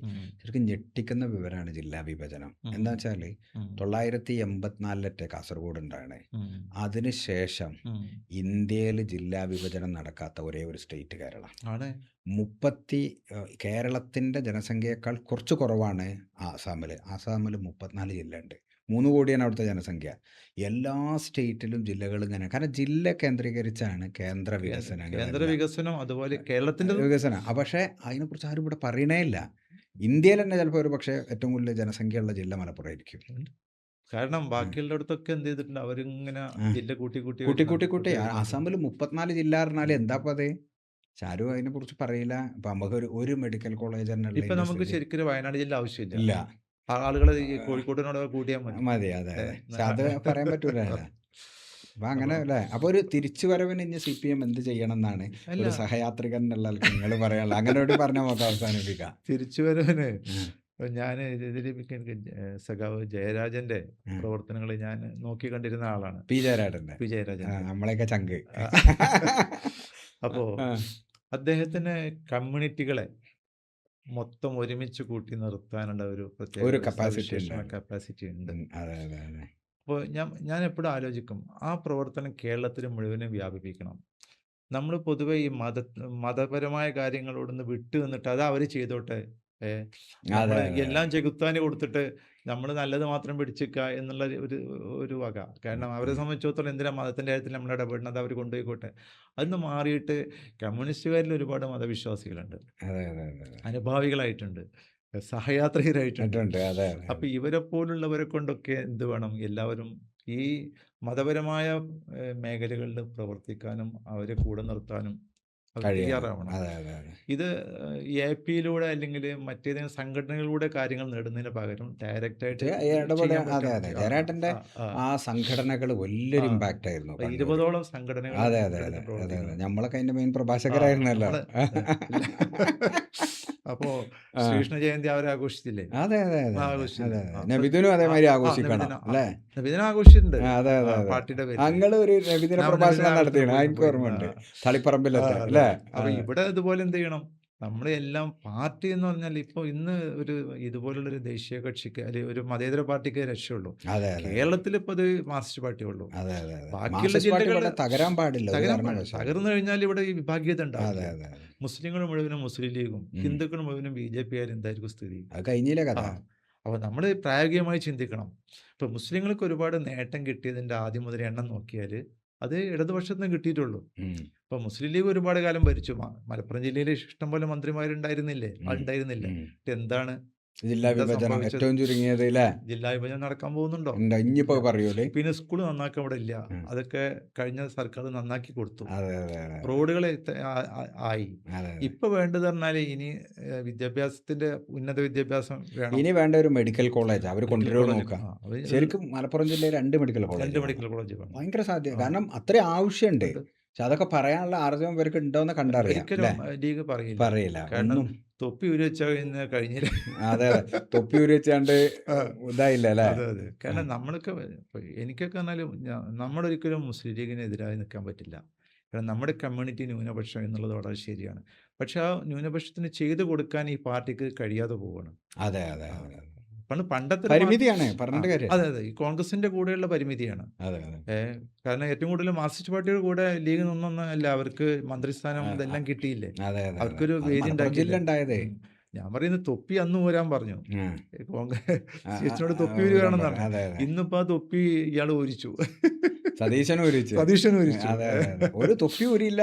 പടച്ചോന്റെ അള്ളാന്റെ പേരിലുള്ളതൊക്കെ പറഞ്ഞ് പടച്ചോന്റെ പേരിലൊക്കെ ആക്കി. അതിനും കേട്ടിപ്പോ ഭയങ്കര ന്യായീകരണം ഒക്കെ. സുപ്രീം കോടതിയുടെ നിയമം ഉണ്ടെന്ന് പറഞ്ഞിട്ട് ഒരാൾ പ്രസംഗിക്കുന്നുണ്ട്. ഒരു നിയമവും ഇല്ല. എന്ത് നിയമം? അവനാന്റെ ദൈവം വെച്ച് പറയാനോ? അല്ല, നമ്മളതിൽ വേദനിക്കുന്നുണ്ട്. നമ്മളൊരു പാർട്ടിയുടെ ഒരു ഐഡന്റിറ്റി എന്തുകൊണ്ടാണ് ലീഗ് മുസ്ലിം ലീഗായിട്ട് ഉണ്ടാക്കിയത്? അത് അതിന്റെ ഐഡന്റിറ്റി കീപ്പ് ചെയ്യാനുള്ള അവർ ഇനിയിപ്പോ തൊപ്പി ഊരാനുള്ളത് സാദിഖ് അലി തങ്ങളും നമ്മുടെ സമദാനി മാത്രമാണ്. ഡൽഹി പോകുമ്പോ തൊപ്പിയിടുന്നില്ല. നിങ്ങളെ ശ്രദ്ധിച്ചോ? ഇപ്പൊ പാർലമെന്റ് പ്രസംഗത്തിൽ ഞാൻ നോക്കുമ്പോ ഒന്നിലും തൊപ്പിയില്ല. സാഹിബിന് വേറെയും കുറെ സാധനം പേടിയുള്ള ആളാണല്ലോ. അല്ല, ഞാൻ പറയുന്നത് ഇതൊക്കെ ഗൗരവമായിട്ട് ഇവർ തന്നെ ചിന്തിക്കേണ്ട കാര്യങ്ങളാണ്. കാരണം നമ്മളിപ്പോ എന്തൊക്കെയായാലും ഞാനൊരിക്കലും മുസ്ലിം ലീഗിന് എതിരായിട്ട് ചിന്തിക്കാറില്ല. കാരണം ഇപ്പോഴും ആ ഒരു സംഘടന നിലനിൽക്കണം. അതിന്റെ രീതി നിലനിൽക്കണം. ജമാഅത്ത് ഇസ്ലാമിയെ പിടിച്ച് ജമാഅത്ത് ഇസ്ലാമി ലീഗിന്റെ കാര്യങ്ങൾ തീരുമാനിക്കുന്ന അവസ്ഥയിൽ വരാൻ പാടില്ല. ലീഗ് സാമുദായിക സംഘടനയായിട്ട് സമുദായത്തിന്റെ സംഘടനയാണ് നിൽക്കണം. ലീഗ് മതരാഷ്ട്രമാകാൻ പാടില്ല. മതരാഷ്ട്രമാകാൻ പാടില്ല. അത് രണ്ടും ഉള്ള വ്യത്യാസം കറക്റ്റ്. ലീഗ് മറന്നാൽ അന്ന് തീർന്നേ. അല്ല, ജമാഅത്തിന്റെ ഈ ഐഡിയാസ് പറ്റാത്തതുകൊണ്ടാണല്ലോ നമുക്ക് ഇന്ത്യക്ക് അനുസരിച്ച് നമ്മൾ മാറിയത്. അതെ ഇപ്പൊ അതെ ഇന്ത്യൻ മുസ്ലിം എന്ന് പറഞ്ഞാൽ അത് ഇന്ത്യൻ മുസ്ലിമാണ്. അതെ അത് അതെ ഒരിക്കലും ഇറാനി മുസ്ലിം അല്ല, പാകിസ്ഥാനി ഈജിപ്ഷ്യൻ മുസ്ലിം അല്ല, മുസ്ലിം ഒന്നും അല്ല, ഈജിപ്ഷ്യൻ മുസ്ലിമും അല്ല. പാൻ ഇസ്ലാമും അല്ല. അല്ല അല്ല. അതെ അതെ അപ്പോൾ ജമാഅത്ത് ഇസ്ലാമിയുടേത് നടപ്പാക്കാൻ പോകുന്നൊരു കാര്യമല്ല, ഒന്നുമല്ല. ഇപ്പൊ ഞാനെപ്പോഴും ആലോചിക്കാറുണ്ട്, ഇവർക്ക് ഈ പേര് മാറ്റിയിട്ട് സാധാരണ വേറൊരു പാർട്ടി ഉണ്ടാക്കിയിട്ട് പോകുന്നൂടെ? ഓൽക്കനപ്പ മൗദൂദി ബാധ്യതയാണ്. അല്ല, മൗദൂദി ബാധ്യതയാണ്. അങ്ങനെ അതെ അതെ അതെ ഇപ്പോൾ അതെ RSS BJP യെ കൊണ്ടുപോകുന്നത് എന്തിനാണ്? അതെ ഹിന്ദു ഹിന്ദു രാഷ്ട്രത്തിലേക്കുള്ള രാഷ്ട്രത്തിലേക്കുള്ള ഒരു വഴിയാണ്. പാലമിടുകയാണ്. അതെ അതെ അപ്പൊ അതെ ഇപ്പം നമുക്ക് ഇവരും ചെയ്യുന്നത് തന്നെയാണല്ലോ. അതവിടെ നിർത്തും ചെയ്യാം, ഈ പാലവിടെ ഇടുകയും ചെയ്യാം. അപ്പൊ ആ രീതിയിൽ അത് ലീഗ് സ്വീകരിച്ചു കഴിഞ്ഞാൽ ലീഗിന്റെ ഇത് പോവില്ലേ ചെയ്യാൻ പോകുന്നത്. അതെ പക്ഷെ എനിക്ക് തോന്നുന്നു ലീഗ് അത് മാറ്റിയിട്ടുണ്ടെന്നാണ്. അതെ അതെ ലീഗ് ഇപ്പൊ ഇവരെല്ലാം ഡിപ്പെൻഡ് ചെയ്യുന്നില്ലല്ലോ. അതെ അതെ ജമാഅത്തിനെ ഡിപ്പെൻഡ് ചെയ്ത് പോകാനും കഴിയില്ല. കഴിയില്ല കാരണം കഴിയില്ല. ലീഗ് എന്ന് പറഞ്ഞാൽ ഒരു വരേണ്യവർഗ ആ, അതെ മുസ്ലിം സമുദായം, വരേണ്യവർഗത്തെ മുസ്ലിങ്ങളുടെ ഒരു സാധ്യത എന്താ അതെ വെച്ചാൽ അതെ അതെ. അവർക്ക് ഇപ്പോഴും കമ്മ്യൂണലാകാൻ കഴിയില്ല. കാരണം അവർക്ക് കഴിയില്ല. വ്യാപാരം വ്യാപാരം ആണല്ലോ പ്രധാനം. അതാണ് ഇപ്പം വ്യാപാരം. ലീഗിനെ സംബന്ധിച്ച് എപ്പോഴും ഒരു കച്ചവട താല്പര്യം ഉള്ളതുകൊണ്ട് ജമാഅത്താകാൻ പാടാ ശരി. എന്നാണ് ഞാൻ മനസ്സിലാക്കിയത്. അപ്പം നമുക്കിത് അവസാനിപ്പിക്കാം. അല്ല, അത് അപ്പം മുസ്ലിങ്ങളെ ശരിക്കും മുസ്ലിങ്ങൾ പറഞ്ഞ വ്യാപാര സംസ്കാരമാണല്ലോ. അതെ അവരുടെ അതെ അതെ അല്ല ഞാൻ പറഞ്ഞത് ഈ വ്യാപാരത്തിനൊരു മൾട്ടി കൾച്ചറൽ സ്വഭാവമുണ്ട്. ഒരാളെ വെറുപ്പിച്ചുകൊണ്ട് നിൽക്കാൻ പറ്റില്ല. കല്യാണം അപ്പോൾ യൂസുഫ് അലിനെ എല്ലാവർക്കും ഇഷ്ടമാണല്ലോ. ഉം. യൂസുഫ് അലിനെ ഇപ്പം നിങ്ങൾ ഞാൻ എപ്പോഴും പറയലുണ്ട്, ഇപ്പം നിങ്ങൾ നാട്ടിലൊരു പലിശക്ക് കൊടുക്കുന്ന ആളാണെങ്കിൽ എല്ലാവരും ചീത്ത അറിയില്ല നിങ്ങളെ. നേരെ മറിച്ച് യൂസുഫ് അലിൻ്റെ കയ്യിലാണ് ഫെഡറൽ ബാങ്കിൻ്റെ ഇപ്പൊ കിടക്കണത്. സൗത്ത് ഇന്ത്യൻ ബാങ്കിൻ്റെ പ്രധാനപ്പെട്ട ഷെയറുകൾ. പലിശ തന്നെയല്ലേ. ഇപ്പം നമ്മളെ സ്ട്രിക്റ്റ് നമ്മളിത് നോക്കി ആക്കിലൊരു രൂപ ഇപ്പോൾ മൂക്കിൽ ഹുവ ഷാഹിദ് ഹു കുല്ലുഹും ഫിന്നാറെന്നാണ്. പക്ഷെ ആരും യൂസുഫ് അല്ല, അലിനെ അങ്ങനെ നമ്മളിപ്പോ ഒരാളെ കോയിനെ കെട്ടാൻ ഭയങ്കര കള്ളനാണ്. അതെ അതെ അതെ അതെ ആ ഒരു അപ്പം ഞാൻ അതിലൊരു സംഗതി എന്താ വെച്ചാൽ അതൊരു വരേണ്യവർഗത്തിൻ്റെ ഒരു സ്വഭാവം അങ്ങനെയാണ്. അപ്പം അതിനങ്ങനെ അവർക്ക് ചില വലിയ പ്രിവിലേജുകളുണ്ട്. വലിയവനെ ഒളിയും ചേരും എന്ന് പറഞ്ഞാൽ അതെ അതെ അതെ അപ്പോൾ നമുക്ക് അവസാനിപ്പിക്കാം. ഓക്കെ. അപ്പം നിങ്ങളെ ഈ സമയം തന്നതിന് നന്ദി. താങ്ക് ഇനി യു. നമുക്ക് ഇതിൻ്റെ ഒരു തുടർച്ചകൾ വേണം. ഇൻഷാ തീർച്ചയായിട്ടും. അല്ലാ. അസ്സലാമു അലൈക്കും.